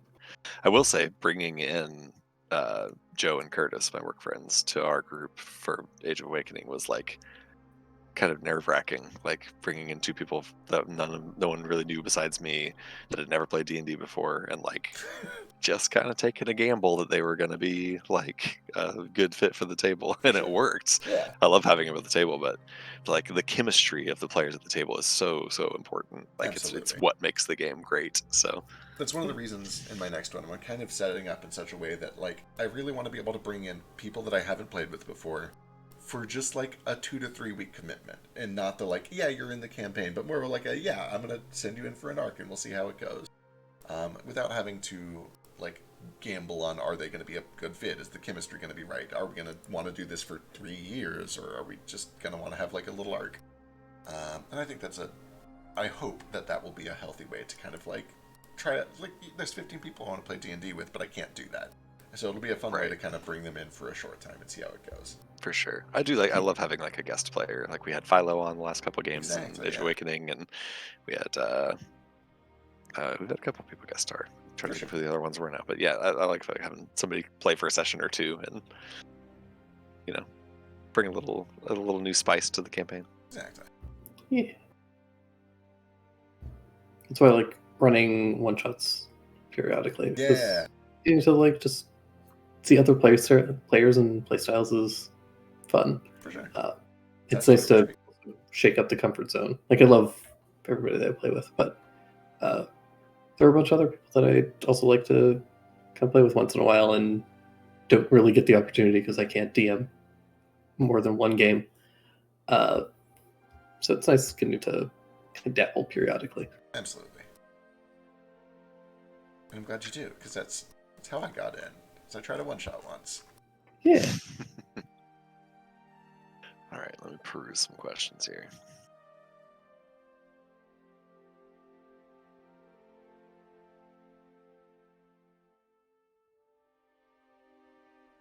Up in the Twitch chat, how often have you had to change the tone of your setting when characters bring in their weirder characters ideas? Oh boy. So here's the best example is Age of Awakening for me. Like, everyone kind of knows the tone of Age of Awakening, those who've watched it anyway. And that's just my general DMing tone and like the tone of my campaigns. And then Neo comes to me with like, my dude is Super Mario. And what I did is I didn't change anything about the tone. And honestly, like I'm being a little tongue in cheek, but also like we talked about this a bit last time too, but like I love the like juxtaposition of like absurdity with drama. Just so playing like it straight, yeah. Yeah, it actually is like cool and satisfying to me to place fucking Super Mario into our like mid fantasy setting and our kind of dramatic tone and like just see what happens with Just it, play it straight, yeah. Yeah, for like, sure. There's nothing intrinsic to the world of Super Mario that makes it so it wouldn't fit in a fantasy setting. Like, right, and part of that too comes with like comes with the player and having open like communication about what the tone of the campaign is. Sure. Like I knew that Neo wasn't going to come to the table and like derail shit with stupid Mario jokes. He knew that he was coming to the table with a Mario character that I was going to make him cry about. Like right. We were on the same page with it. He knew what he was signing up for. So if you have a player that wants to bring like a zany character idea to the table, I don't think that necessarily needs to change the tone of the campaign, but there should probably be like open communication about like, cool, but this is the tone of the campaign, so prepare your weird character for that. Yeah.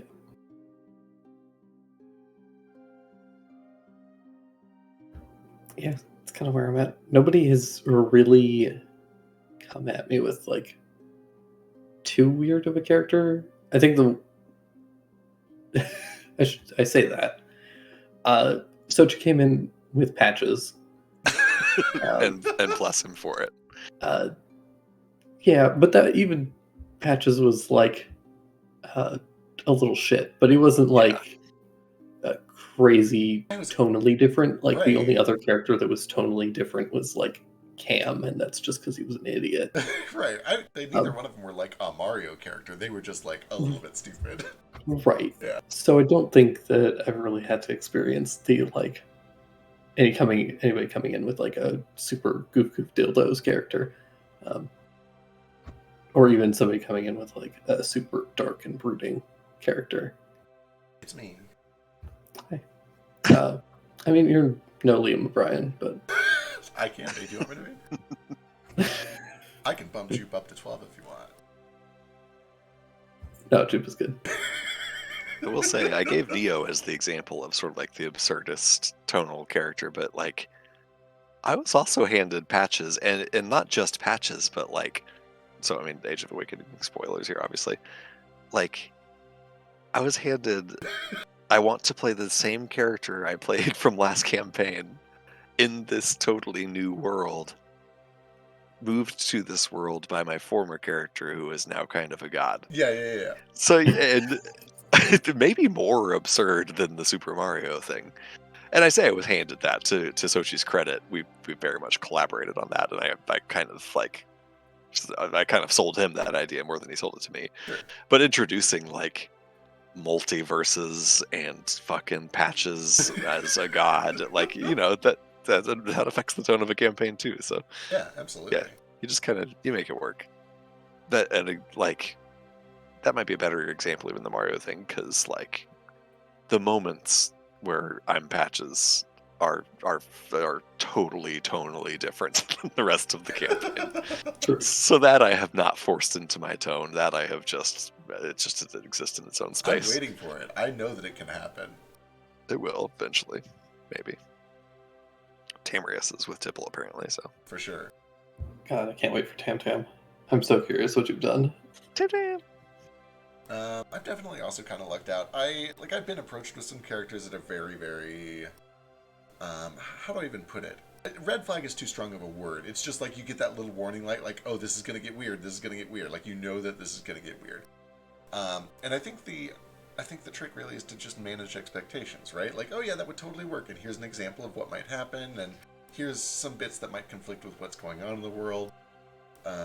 Not to be reductive, but there's like a parenting technique where when you need to get a kid to cooperate, you offer them two choices, but the choices are both things that you want to happen, so that Absolutely. they feel like they're in control. That works on players. And D&D players are basically just toddlers.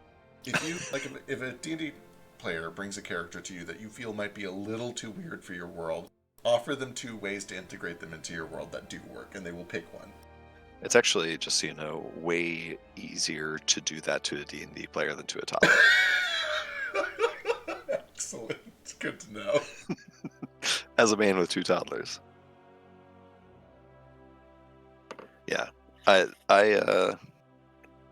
kind of, as I'm answering this question, realizing that every character concept I got for Age of Awakening was a little bit insane, because I'm now thinking of Lush, who's like, I was a devil for 1,000 years and now I'm immortal, which has all kinds of strings attached to it too. So yeah, just, me and Lush had long conversations about setting our expectations for that. I had to be like, just so you know, I'm not going to let you just auto succeed at every check because you've been around for 1,000 years. Yeah, oh, I've had to deal with that one before too, No. for sure. Not for lack of trying on his part. Hey, you got to try. I never knock the hustle. This is the thing that I've been really pushing for in my newer campaigns is if you're playing a level 1 character, their story should represent that. And if You have to be a level 1 character. Right, you have to be a level 1 character. And it's okay if your character is important, but if it's not on their character sheet, then it's not true for the character. And like, if that doesn't make sense, then it might be a good idea to adjust your character's backstory. Like, if it wouldn't make sense for them to be a 1,000-year-old god who has seen the rise and fall of empires but not have history proficiency, like, you gotta justify that. You gotta come up with some way to make that make sense, or it's not gonna work. Yeah. And it can be like, it can be done if you collaborate with your DM, or as DM collaborate with your player and come up, like, Lucius thing, probably if you handed me that idea, if I went on Reddit right now and somebody asked me if that character concept is a good idea or if they should not do it, I would probably be like, ew, that doesn't sound like a very good idea. But if you, collaborate, like me and Lucia, Yeah, sure, you were once a powerful archdevil. Now you have been turned into a level 1 mortal. You don't have any of your powers you had before. You don't really know why. You've got some amnesia shit going on. Whatever it takes to sort of make it work. Absolutely. Who's up? Who did that one?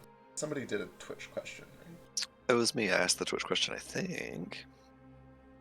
Sounds right. I feel like I asked it. I'm gonna pull one off the dome. Whoa. Fucking radical. Just ad-libbing here. You have questions. What? So this is going to be more of a as a player question. When you pick out your stats, do you have your stats or the mechanics associated with your character's classes reflect their personality or backstory? Ooh. I'm kind of out of order here, but I'll go first. Yeah, go for it. I can't. I don't know if we talked about this in the last one of these, or if we've just talked about it outside of this. But I didn't know this about myself until we last talked about it, and then I kind of realized it. Every D&D character I have ever made has started out as like a class and subclass, and then I decided on their like personality and built the character and the backstory and everything. Like Nordo, before he was anything else, I was like, I want to make a barbarian monk, and like Toklo was a cleric before I decided on anything about his backstory. I was like, I want to play a trickery cleric. And like I think that if I wasn't honest with myself, I would say to myself that is like not the best way to make a character. Like I feel like narratively as a writer, I feel like I should make a character and then decide what class they are. But I think in practice, what I actually do is like build the character, the game character, the class, the subclass, the stats, and then I build the backstory and build the personality. Yeah.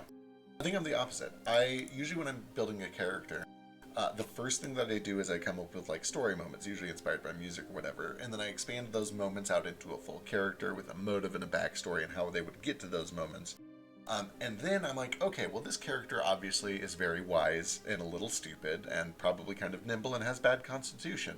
That sounds to me like they're probably a druid or a cleric. Which one would make more sense for them? And I definitely start with the character, and then I try to puzzle out like, oh, this is the class that character would be.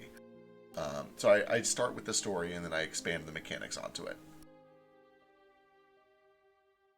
Yeah, and like that sounds like a better idea to me. I just don't think I've ever actually done that. Yeah, and I think when we talked about this last time, we kind of, I think, like we each do the thing we're bad at first, and then we flex it into the thing that we're good at, which makes sense. Right. That you would want to get the hard part out of the way first. I have Right. a harder time coming up with compelling stories and characters, and an easier time taking something that already exists and assigning a stat block to it. That's the fun part. That's easy for me. I can take any character concept and put a stat block on it. I've done both. For 18, I came up with the story and the concept first, and then I built the mechanics around that because I was just like, I want to be weird and play vampire that's based on Rapunzel and Frankenstein. And then I had to figure out mechanically how I could play get as many vampire powers out of this system as possible. That's been the best part of 18 for me. Like as a DM, I know I've mentioned this before, but like you guys are level 11 now, about to be level 13 next session. I don't have any idea what classes or anything 18 is. He's just a vampire. I could just Like, be I have no bullshitting everything. Yeah, you could. I have no clue. I just know he's a vampire. For Gale, though, I did the opposite, where I had like a rough idea of what I wanted to play, but almost all of Gale's personality was built out of like the raw mechanics and like interpreting what those mechanics would mean for him as a person. The fact that artificers essentially get no abilities that are not tied to them having items and shit is what stemmed him being kind of like a coward and feeling like he's really weak because he literally, if he doesn't have items, he's just a sack of hit points. For sure. And that's also what kind of sparked him being super greedy and why he took that gold, because he was like, I need items to be effective because I'm weak on my own. So yeah, all of his flaws were kind of built around his mechanics. And that was just because I wanted to play an artificer with a cool dog. It's cool. Hell yeah. See, that's very much how Nordo was. I was like, I like the idea of Strength Monk. And then it's also very much how my character for C3 is. I won't say a whole lot about that, but the character also started with like, this is the class I want to play. Yeah. I'm so excited. It's so fun. Me too. I have been looking at things as they've been released, and some of that shit is so cool.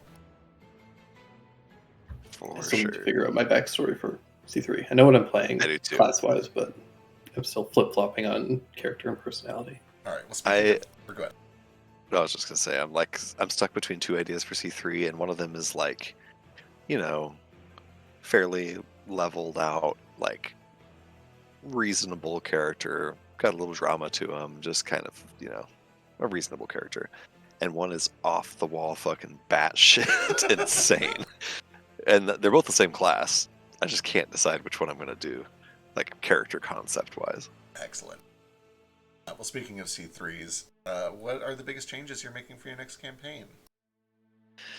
Differently. There's a couple. They're kind of intertwined. The main thing that and I'm not totally certain of this yet, but it's kind of where I'm leaning. I want to get kind of weird with setting. I kind of feel like I've done enough of like the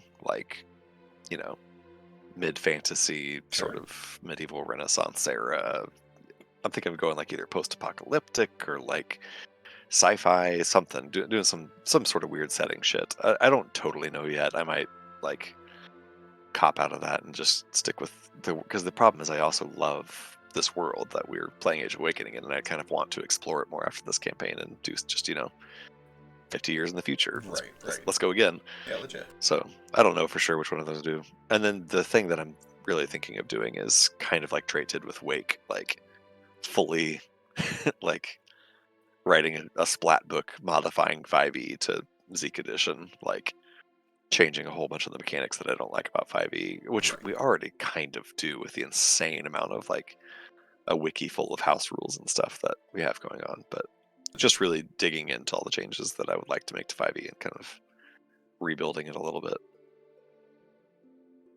But yeah, setting probably is the thing that I'm most thinking of doing differently for next campaign. Makes sense. I'm excited. Honestly, the biggest hurdle for me with doing that, I'm not afraid of like moving into a sci-fi setting and writing mechanics for that and stuff. And this sounds stupid, but there's not enough battle maps and shit out there for those settings, and I can't do art. Like, unless you guys want Microsoft Paint fucking, black lines. Yes, I do. Okay, I have to divert here because this is so important to me. I'm a person, maps are so important, map quality does not matter. I must have a map, but it does not have to be good quality. I need to have quality. And a thing that I do very often with Drake, and sometimes with Biscuit too, is we'll get into an encounter, there's not a map, and Drake will start describing it verbally, and I can't follow that. I do not have the brain to follow that. So I will sketch it as he's describing it, and then by the end of it, ta-da, we have a shitty map, and that's all I need. I just need a shitty map. And I will happily do that in your campaign too. If you describe things like verbally, I will draw it as you describe it. Fantastic. I'll bear that in mind. 'Cause, yeah, I love the idea of we've talked about this before in Telegram and stuff. I really love the idea of like a like Fallout meets Skyrim sort of situation, like a post-apocalyptic world that was moderate tech, but also has like magic and fucking elves and dwarves and shit. I like that mashup, and I kind of want to run a D&D campaign in it. Yeah, for mine, I guess the biggest mechanical change is that we'll be playing one D&D. Oh, Trey. Break my heart. I don't know. I think narratively, there's a bunch of shit that I want to try for my next campaign. It feels weird to talk about because we just started by C3, but for the sake of this question, I keep flip-flopping. I've been watching a bunch of One Piece, so I want to try and run a pirate campaign at some point. I think it would be fun to do all of the party members are different, have different roles on a crew, and you guys have to collaboratively create your characters to fill all of these different roles, and then just sail from island to island, searching for treasure or whatever. But there's also this part of me that would really like to, and I don't think it would work for necessarily a super long form campaign like 1 to 20.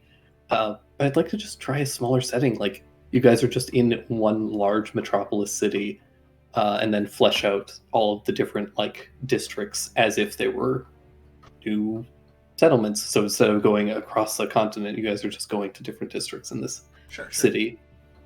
And yeah, I don't know. Try and do something similar to that, but that comes with a bunch of other issues of what happens when they piss off the guards, and they can't just flee the town. Yeah. What happens? This is the setting. But yeah, I don't know. There's a bunch of stuff that I wouldn't mind trying. It would also be nice to do something really weird, like Dimension 20, where I'm just mashing up. What if we did, World War II, but all of the characters are fonts? Right. Hell yeah. I really have. I've just gotten into Dimension 20 in the last 6 months, and I love the settings. They're just weird shit, and it works because you just do 20 episodes of it, so it's fine if it's too weird to be sustainable. Yeah, I would honestly love to do a very an early 1900s, very late 1800s, kind of right before the First World War era setting. I think that period of technology with a little bit of magic present would be fascinating. Kind of like the Baji stuff from Final Fantasy XIV. I love that contrast there. But I'm not doing that in my next campaign. Not quite. We're going mid 1800s, kind of industrial, or even late Renaissance. Well, the big thing that I'm doing for my next one is that we're doing Pathfinder. Probably we're gonna try 2.5 and see how it goes. I hope it goes well. I'm so excited.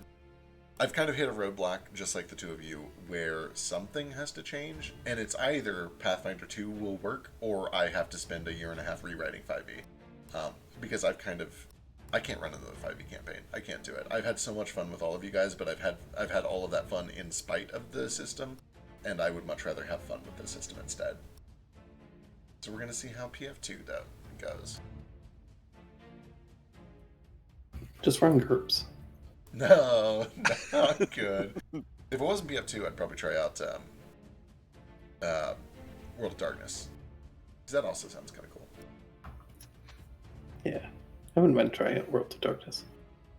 Yeah. It's not Pathfinder, so it can't be that bad. Hey, got him. Love it. All right. Anthrology superstar Philo asked us a question over in the Twitch chat. Whoa, that's a celebrity. Celebrity question here. It's kind of two separate questions. The first half of it.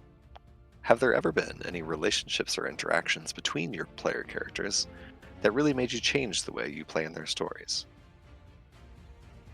And then the second part is seemingly unrelated, but it's how do you cope with keeping huge backstory secrets about your friends from each other as they grow more attached?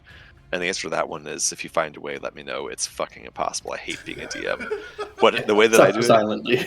the way that I deal with coping with keeping huge backstory secrets about my friends from each other is I text Frisk about it. Hey, I have the answer to this one, and Drake has learned it.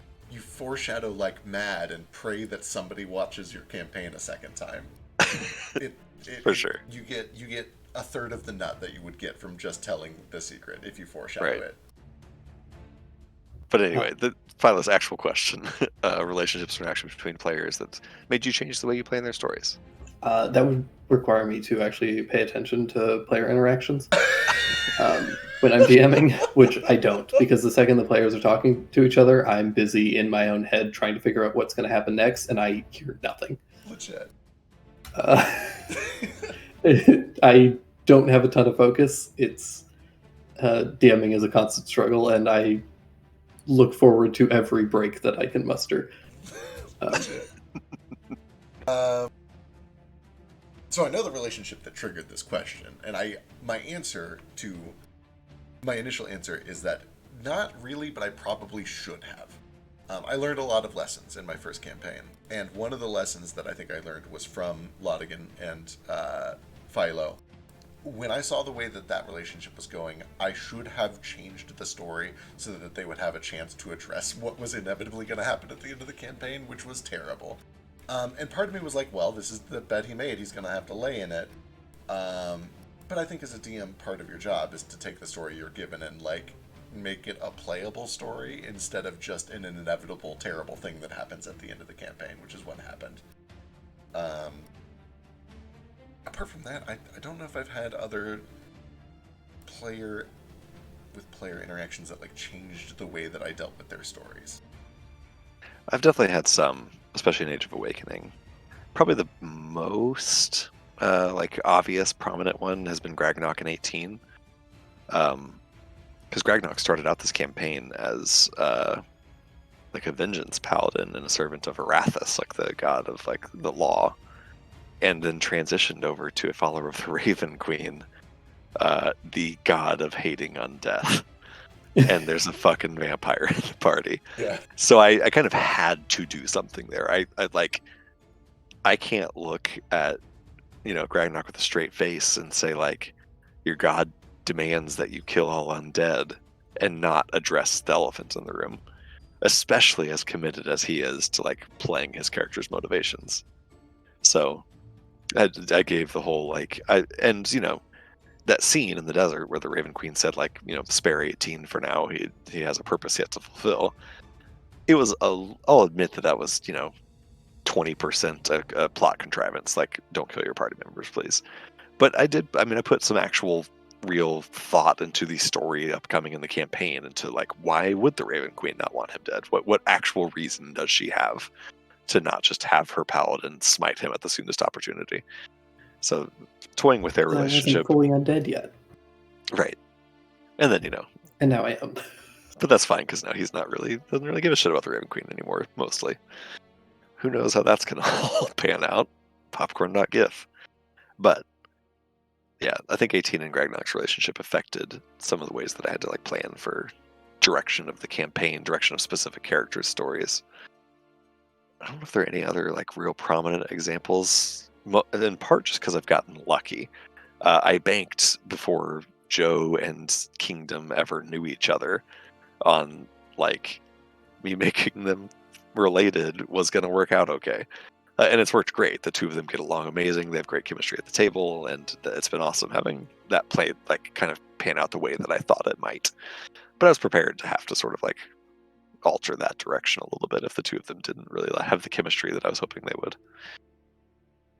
Yeah, I can't think of any other like relationships that have required adjustments in the way I DM or the way the campaign was pointed. Except Odell, not caring about anyone or anything. But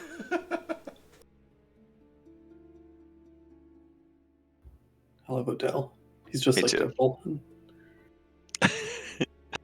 Oh, I'm so excited for Tipple. Are you daddy projecting onto my little brother? I think so. A little bit. I think so. Excellent. Oh, you know what? Here's a good one also. I, fully out of left field, was Malkoth latching to Patches. Yeah. Like, and I don't mean Patches like Ice, the character. I mean like Patches, the deity. Like, and the whole like competition between the two of them to be the favorite follower of Patches. That like fully blindsided me and has created some fun interactions that I've gotten to sort of toy with and still have some more toying with to do in the future. Hell yeah. But yeah, that was. I so desperately wanted it to be Gragnok that bit that bullet. Uh-huh. Yeah, I would love Gragnok to be a paladin of Patches. Candle Paladin. Candle paladin. It's not too late. Just need more disciples out there spreading the good word. I think it's Zeke. I just asked that Philo question. Thank you That's very much. true. Straight. It's your turn. What? You're skipped- 3. You're 3. I'm 2. Remember, counterclockwise. Yeah, but we skipped you, didn't we? No, he asked about the next campaign changes you're gonna make next campaign. Oh, god damn it. We're answering these questions too quickly. I know, right? We're going through them.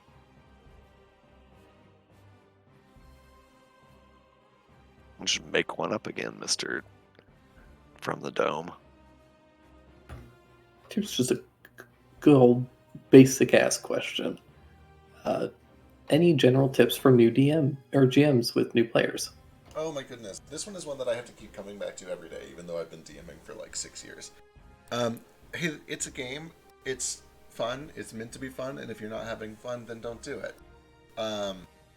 If you sit down at the table with a group of your friends to play a game, you're all going to have a good time. It's okay if maybe you didn't prepare enough. It's okay if maybe you mess some things up. It's okay if you don't know the rules perfectly, or if you make mistakes in your story, or some things are inconsistent. Everyone's going to have a good time. It's fun. The whole reason that this got popular is because the formula is pretty good. People like to sit around with their friends, jump into the shoes of fictional characters, and go on fake adventures with each other. And you're an important part of that, but you're not the only important part of it. It is the player's responsibility, just like yours, to contribute some of the fun to that equation, and they will. Sit down, relax, and you'll all have a good time.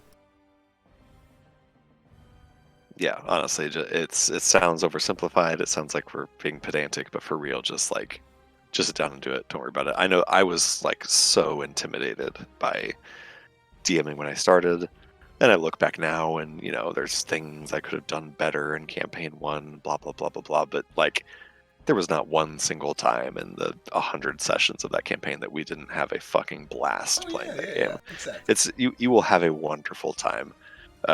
Just jump in and do it. It doesn't matter if you aren't ready. It doesn't matter if you feel like you could prep more, you don't know the rules well enough. Just jump in and do it. Learn it as you go. There's no better way to learn it. I will say, just if I'm going to offer a piece of advice to a new DM, I would be remiss not to say it. jump right in with some form of gritty regen. Don't learn bad habits right off the bat. The game, you will fix. We complained about 5e a lot around here. Well, I'm about to even more. You will fix 75% of the problems we complain about if you just switch to gritty regen right out the gate. Yep. Make sure that you're getting 6 to 8 encounters per long rest, and nobody does that on a daily basis in D&D the way it's played these days. So Yep. do something like we do in our campaigns, either a long rest on Sundays or a long rest takes a few days of downtime, however you want to do it. But do some form of gritty regen. It will fix a lot of problems at the table if you need a piece of like concrete advice. Yeah, that really helps just like mechanical balance with 5e.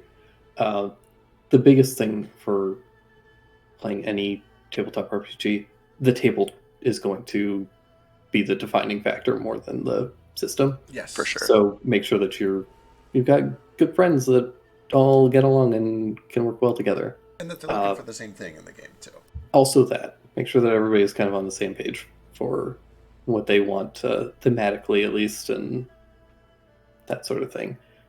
Everything else, you're just kind of going to feel out. Every table is going to be very different. All players are different. Everybody's going to get enjoyment out of different aspects of the game.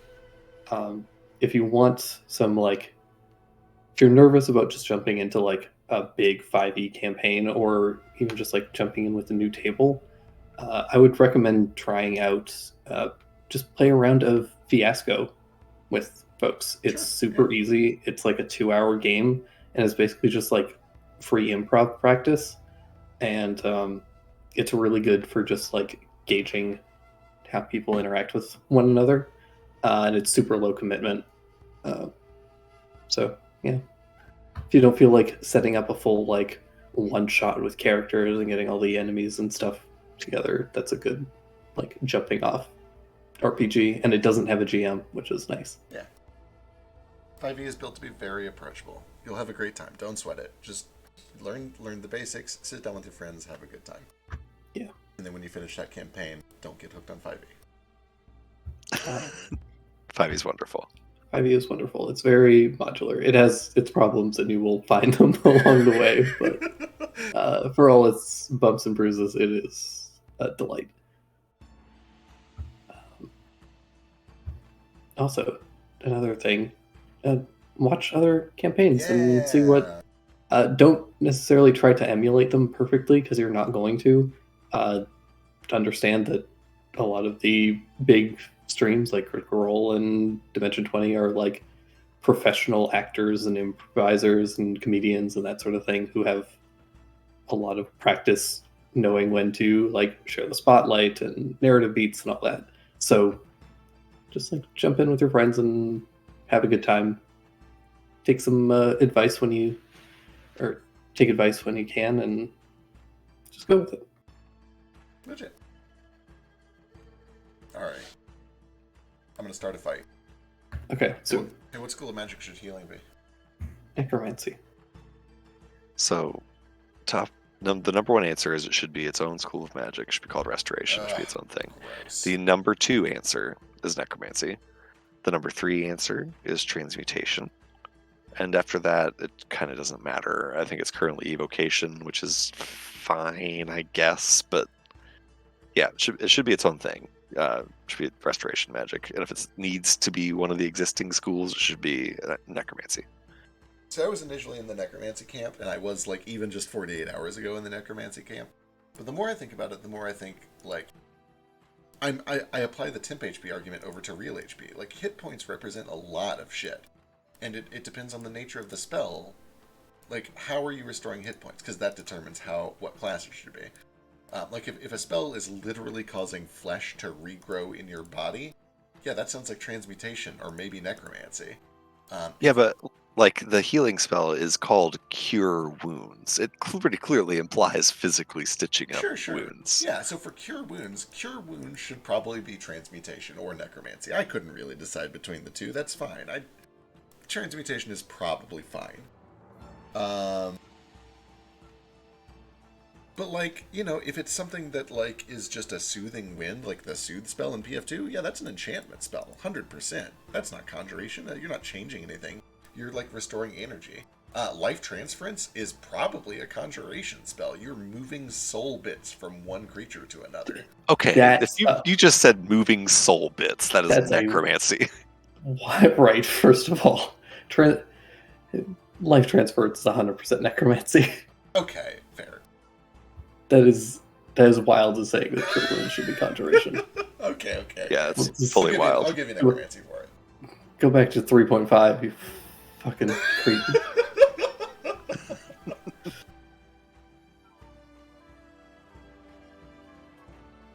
All right, that was me. All right. Oh, let's see here. That wasn't much of a fight, and Zeke should pick a better fight No, topic. we kind of Well- that was too easy. That's the thing. We had that fight the other day, and it was too fresh.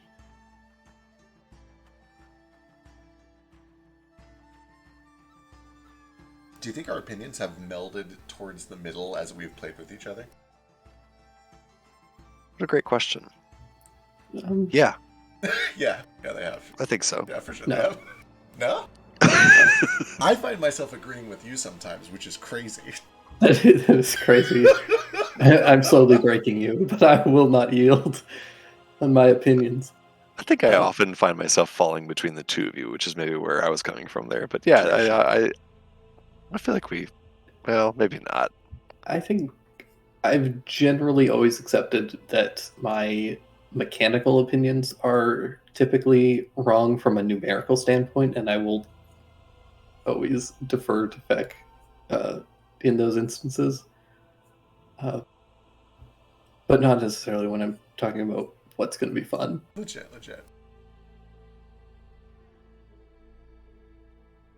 But that's also because I don't like winning. I think my take is that we almost always agree on what the problems are, but not how to fix them. Right. I think that we Right. all see the problems, but we have. Well, the reality is that we all just enjoy different aspects of the game, and so our approach to fixing the problem is going to suit that or tailor to that better. Hell yeah.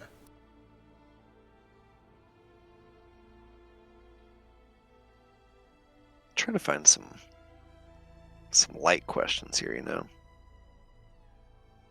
Ready for a light mechanics question, but we're down to serious shit in here.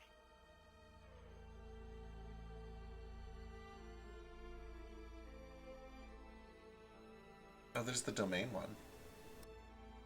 There is that one. Yeah, you're a god. What is your domain?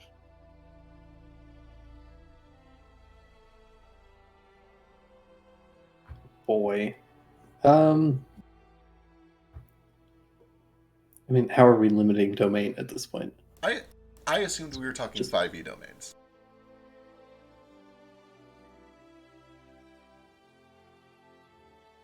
Yeah, as soon as we have to limit it, that's got to be the limiter.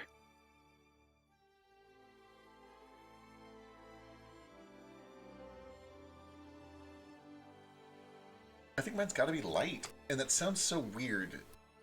But I think it's because light is a bad name for what the light domain actually represents, which is like a weird combination of finding the good and beauty in the world, like art and music and creativity, and just like the benefits of exposure rather than secrecy. I like the idea that eventually just being fucking honest and truthful and looking for the good things in life are gonna be the right answer to most problems. I like light interpreted as hedonism, I think is the best way to put it. Makes sense. I don't know. I think I lean towards peace. Ooh, I could see it. Like, you know, I often am a fucking hippie. I'm just like, can't we just, you know, get along? But like, really though, as a person, I often try to find like middle grounds and, you know, approach understanding with other people. Sure. I feel like if I had a domain, we'd probably be looking at peace. Although, let me tell you this, I'm gonna go weird with it. Probably if I had to actually apply like the real difference that I make in the world as a person, city domain. Oh, yeah, I mean, yeah, for sure. as an air traffic controller. Yeah, That's that's like what you do. You that's what I do. run transit systems. Yeah.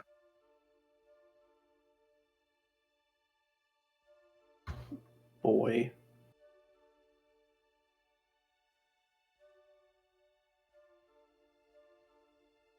Yours is war, and I think you know that. I just love fighting so Just much. confrontation.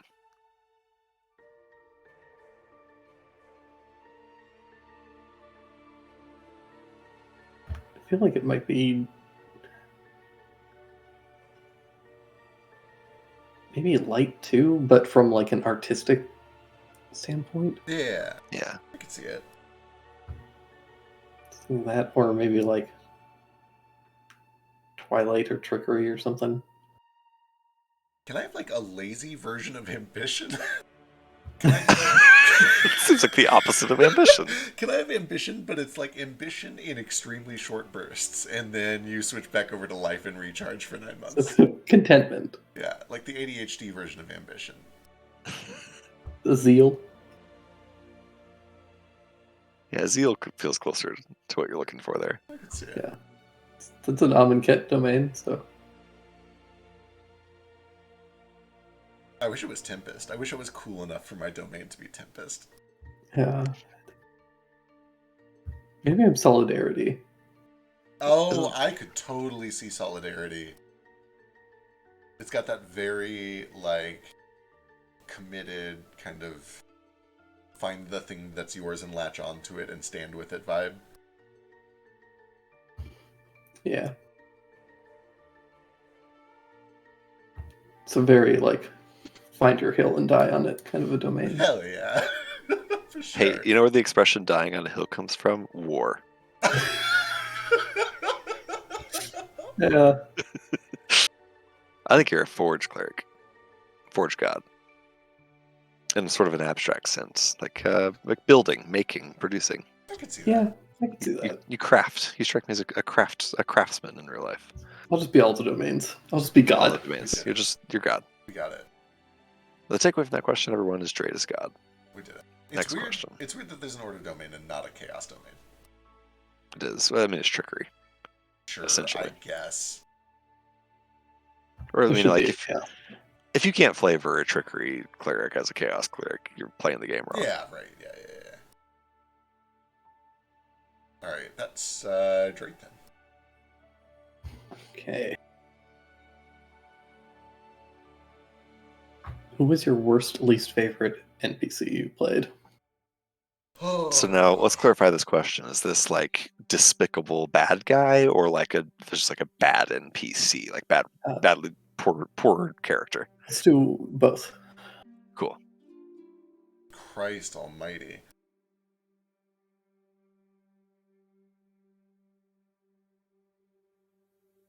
Giannis might be the worst morally NPC that I've played. Giannis was a truly terrible person. He disgusted me to play. I felt dirty the entire time that you were searching through his life and learning the things that he was into. He was a grotesque pervert of the worst kind, a literal demon, and it was painful to play him at times. But from a narrative standpoint, boy, he was fun. Boy, he was fun, and he was fun to watch die eventually, too. I don't know if I have one example of, like, an NPC that I just had a bad time playing, but I know that the general answer to that question is the ones that are meant to be, like, deeply emotionally connected and likable without having some sort of a player-established gimmick or hook. It's like when the players hand me a family member and I haven't had time to really build that relationship, but I have to act like it's there anyway. I'm not good at doing that, and it's very hard for me to do that. Makes sense. There we go. I think I lost my headset there for a second. Buttons worth for both. yeah. I think there's a few like despicable villains that come to mind. Like the Morning Star obviously is up there. The Ghost Collector is very high up there. But honestly, the one that comes like strongest to mind is like maybe the the worst bad guy that I really enjoyed playing was, I mean, bad guy's not the right word, but just bad person, immoral dude, was Passeri. I loved playing It Passeri, was very interesting. and but like, that dude was pretty fucked up.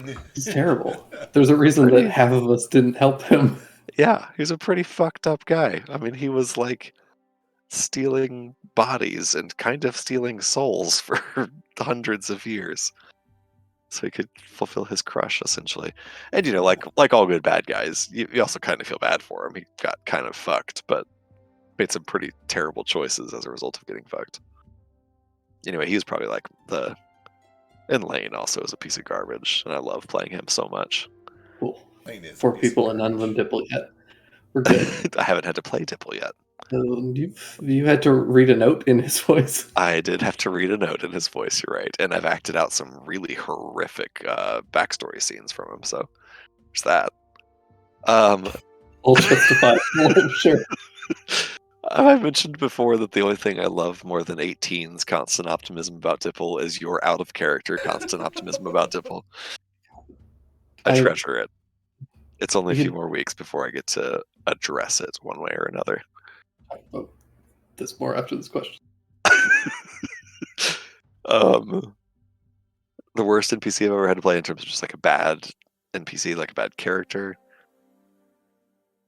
Oh gosh, I don't know if I can really even think of one. I mean, there's been so many just like throwaway NPCs that I probably could have put more work into. I guess if I had to pick one, in Age of Awakening, the rogue guy Harper, he was a very like half-baked character idea. Like I said at the start of that, I picked like, 3 or 4.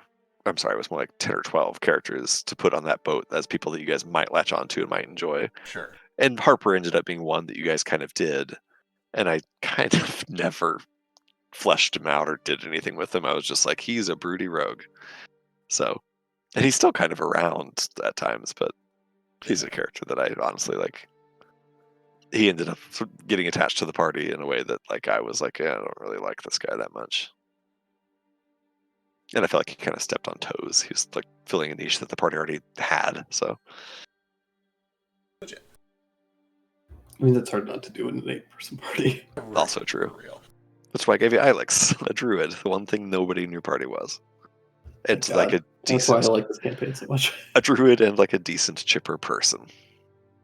Because you didn't have Pepper at the time, so there were no happy people in the party. Yeah.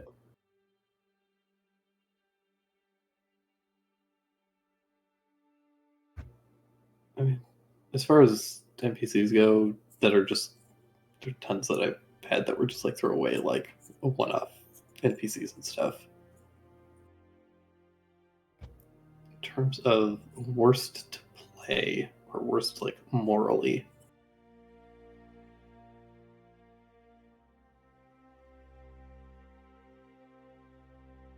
I think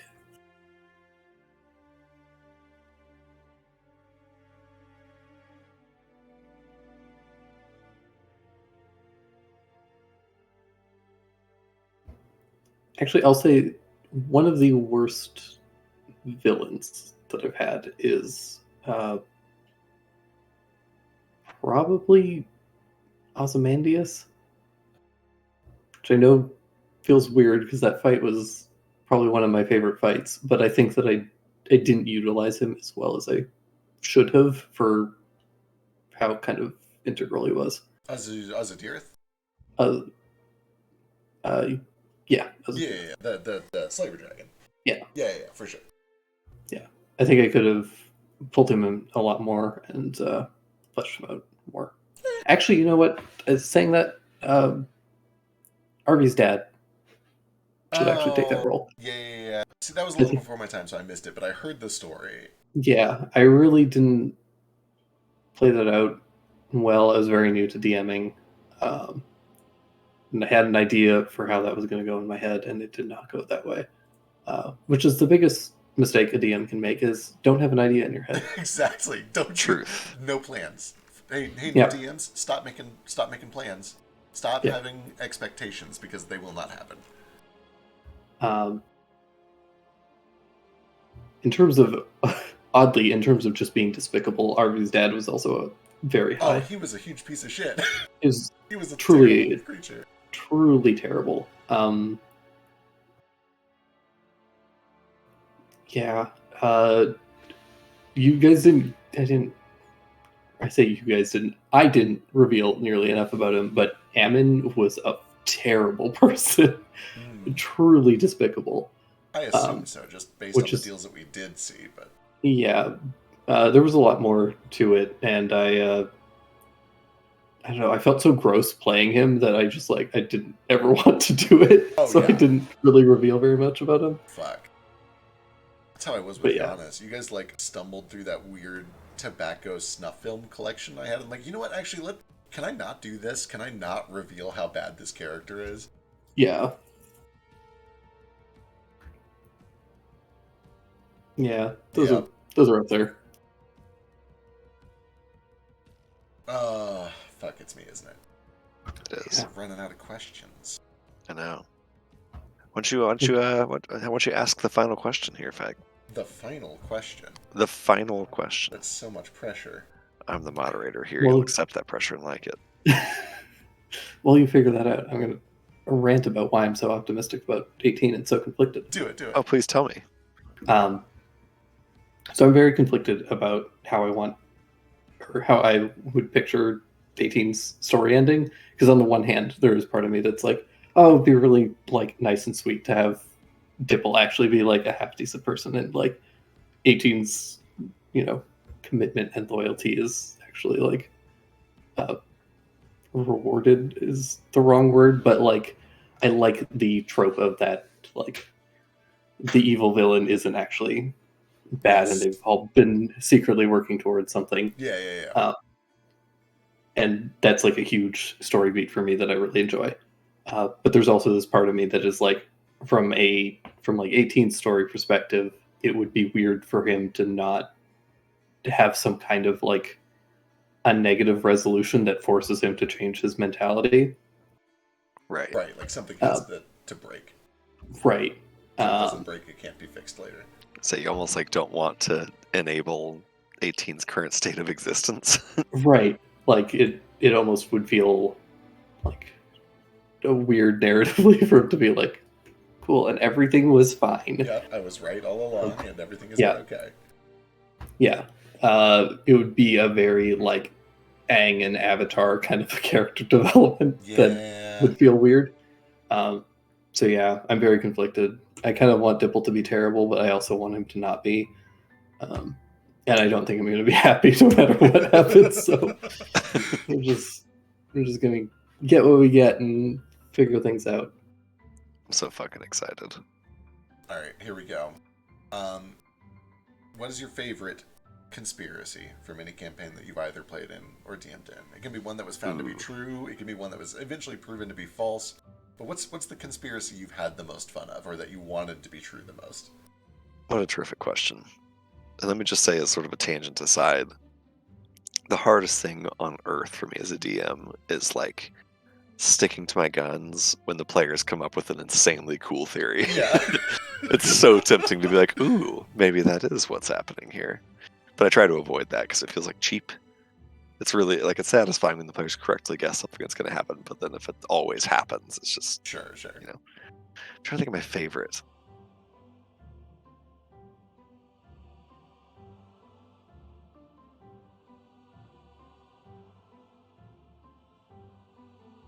It's a pickle. If someone else knows ones, feel free to go. Everyone in the Weaver's Conclave is evil. Does that even count as a conspiracy? I feel like we just know that. We're only at 2 out of 7. 2 out of 9, thank you very much. I really liked the Simmons is a cat theory. Oh, I know mine now. It's a feck theory that has since been sort of fleshed out by Frog and Odell. The theory that everything that's going on with the Mushroom Kingdom and Age of Awakening is a stage play production, a farce. It's all a show. I love that theory. Fun theory. Yeah, I do like that one too. I still like the theory that it was Marik who orchestrated the attack on K4, specifically to either kill or screw over Sissa for her position as Archdruid.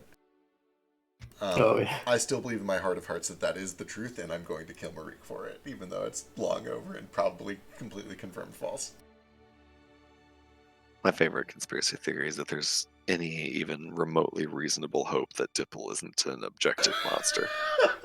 That's a good one. A little out there. But, It'd be so sad when I can't like toy with you with this anymore. When I lose my leverage. I can't wait for Dipple to actually be Bowser.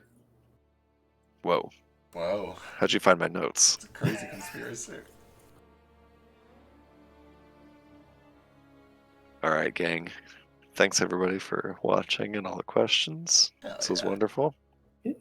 We will do more the next time we have a super convenient week where we're not playing. Sure Yeah. will. We'll get like a player version going. That'd be a lot Yeah, of that'd be fun. fun. We gotta get more voices on here, and also some boxing glove visuals. and the scores. Graphics, Yes. graphics. Hey, chat, just let us know in chat who won. Yeah, let us know who won this debate, us know who please. won this We'll debate. vote on that. Just vote for your favorite now. Also, Frisk, I don't like winning. That's the explanation. Yeah, it's true. Yeah, Drake hates winning. I hate fun. I love winning and fun, in case anyone was wondering who won this. Yeah, by the way, Zeke's obviously the best DM in this group. Accurate. Yeah. It's true.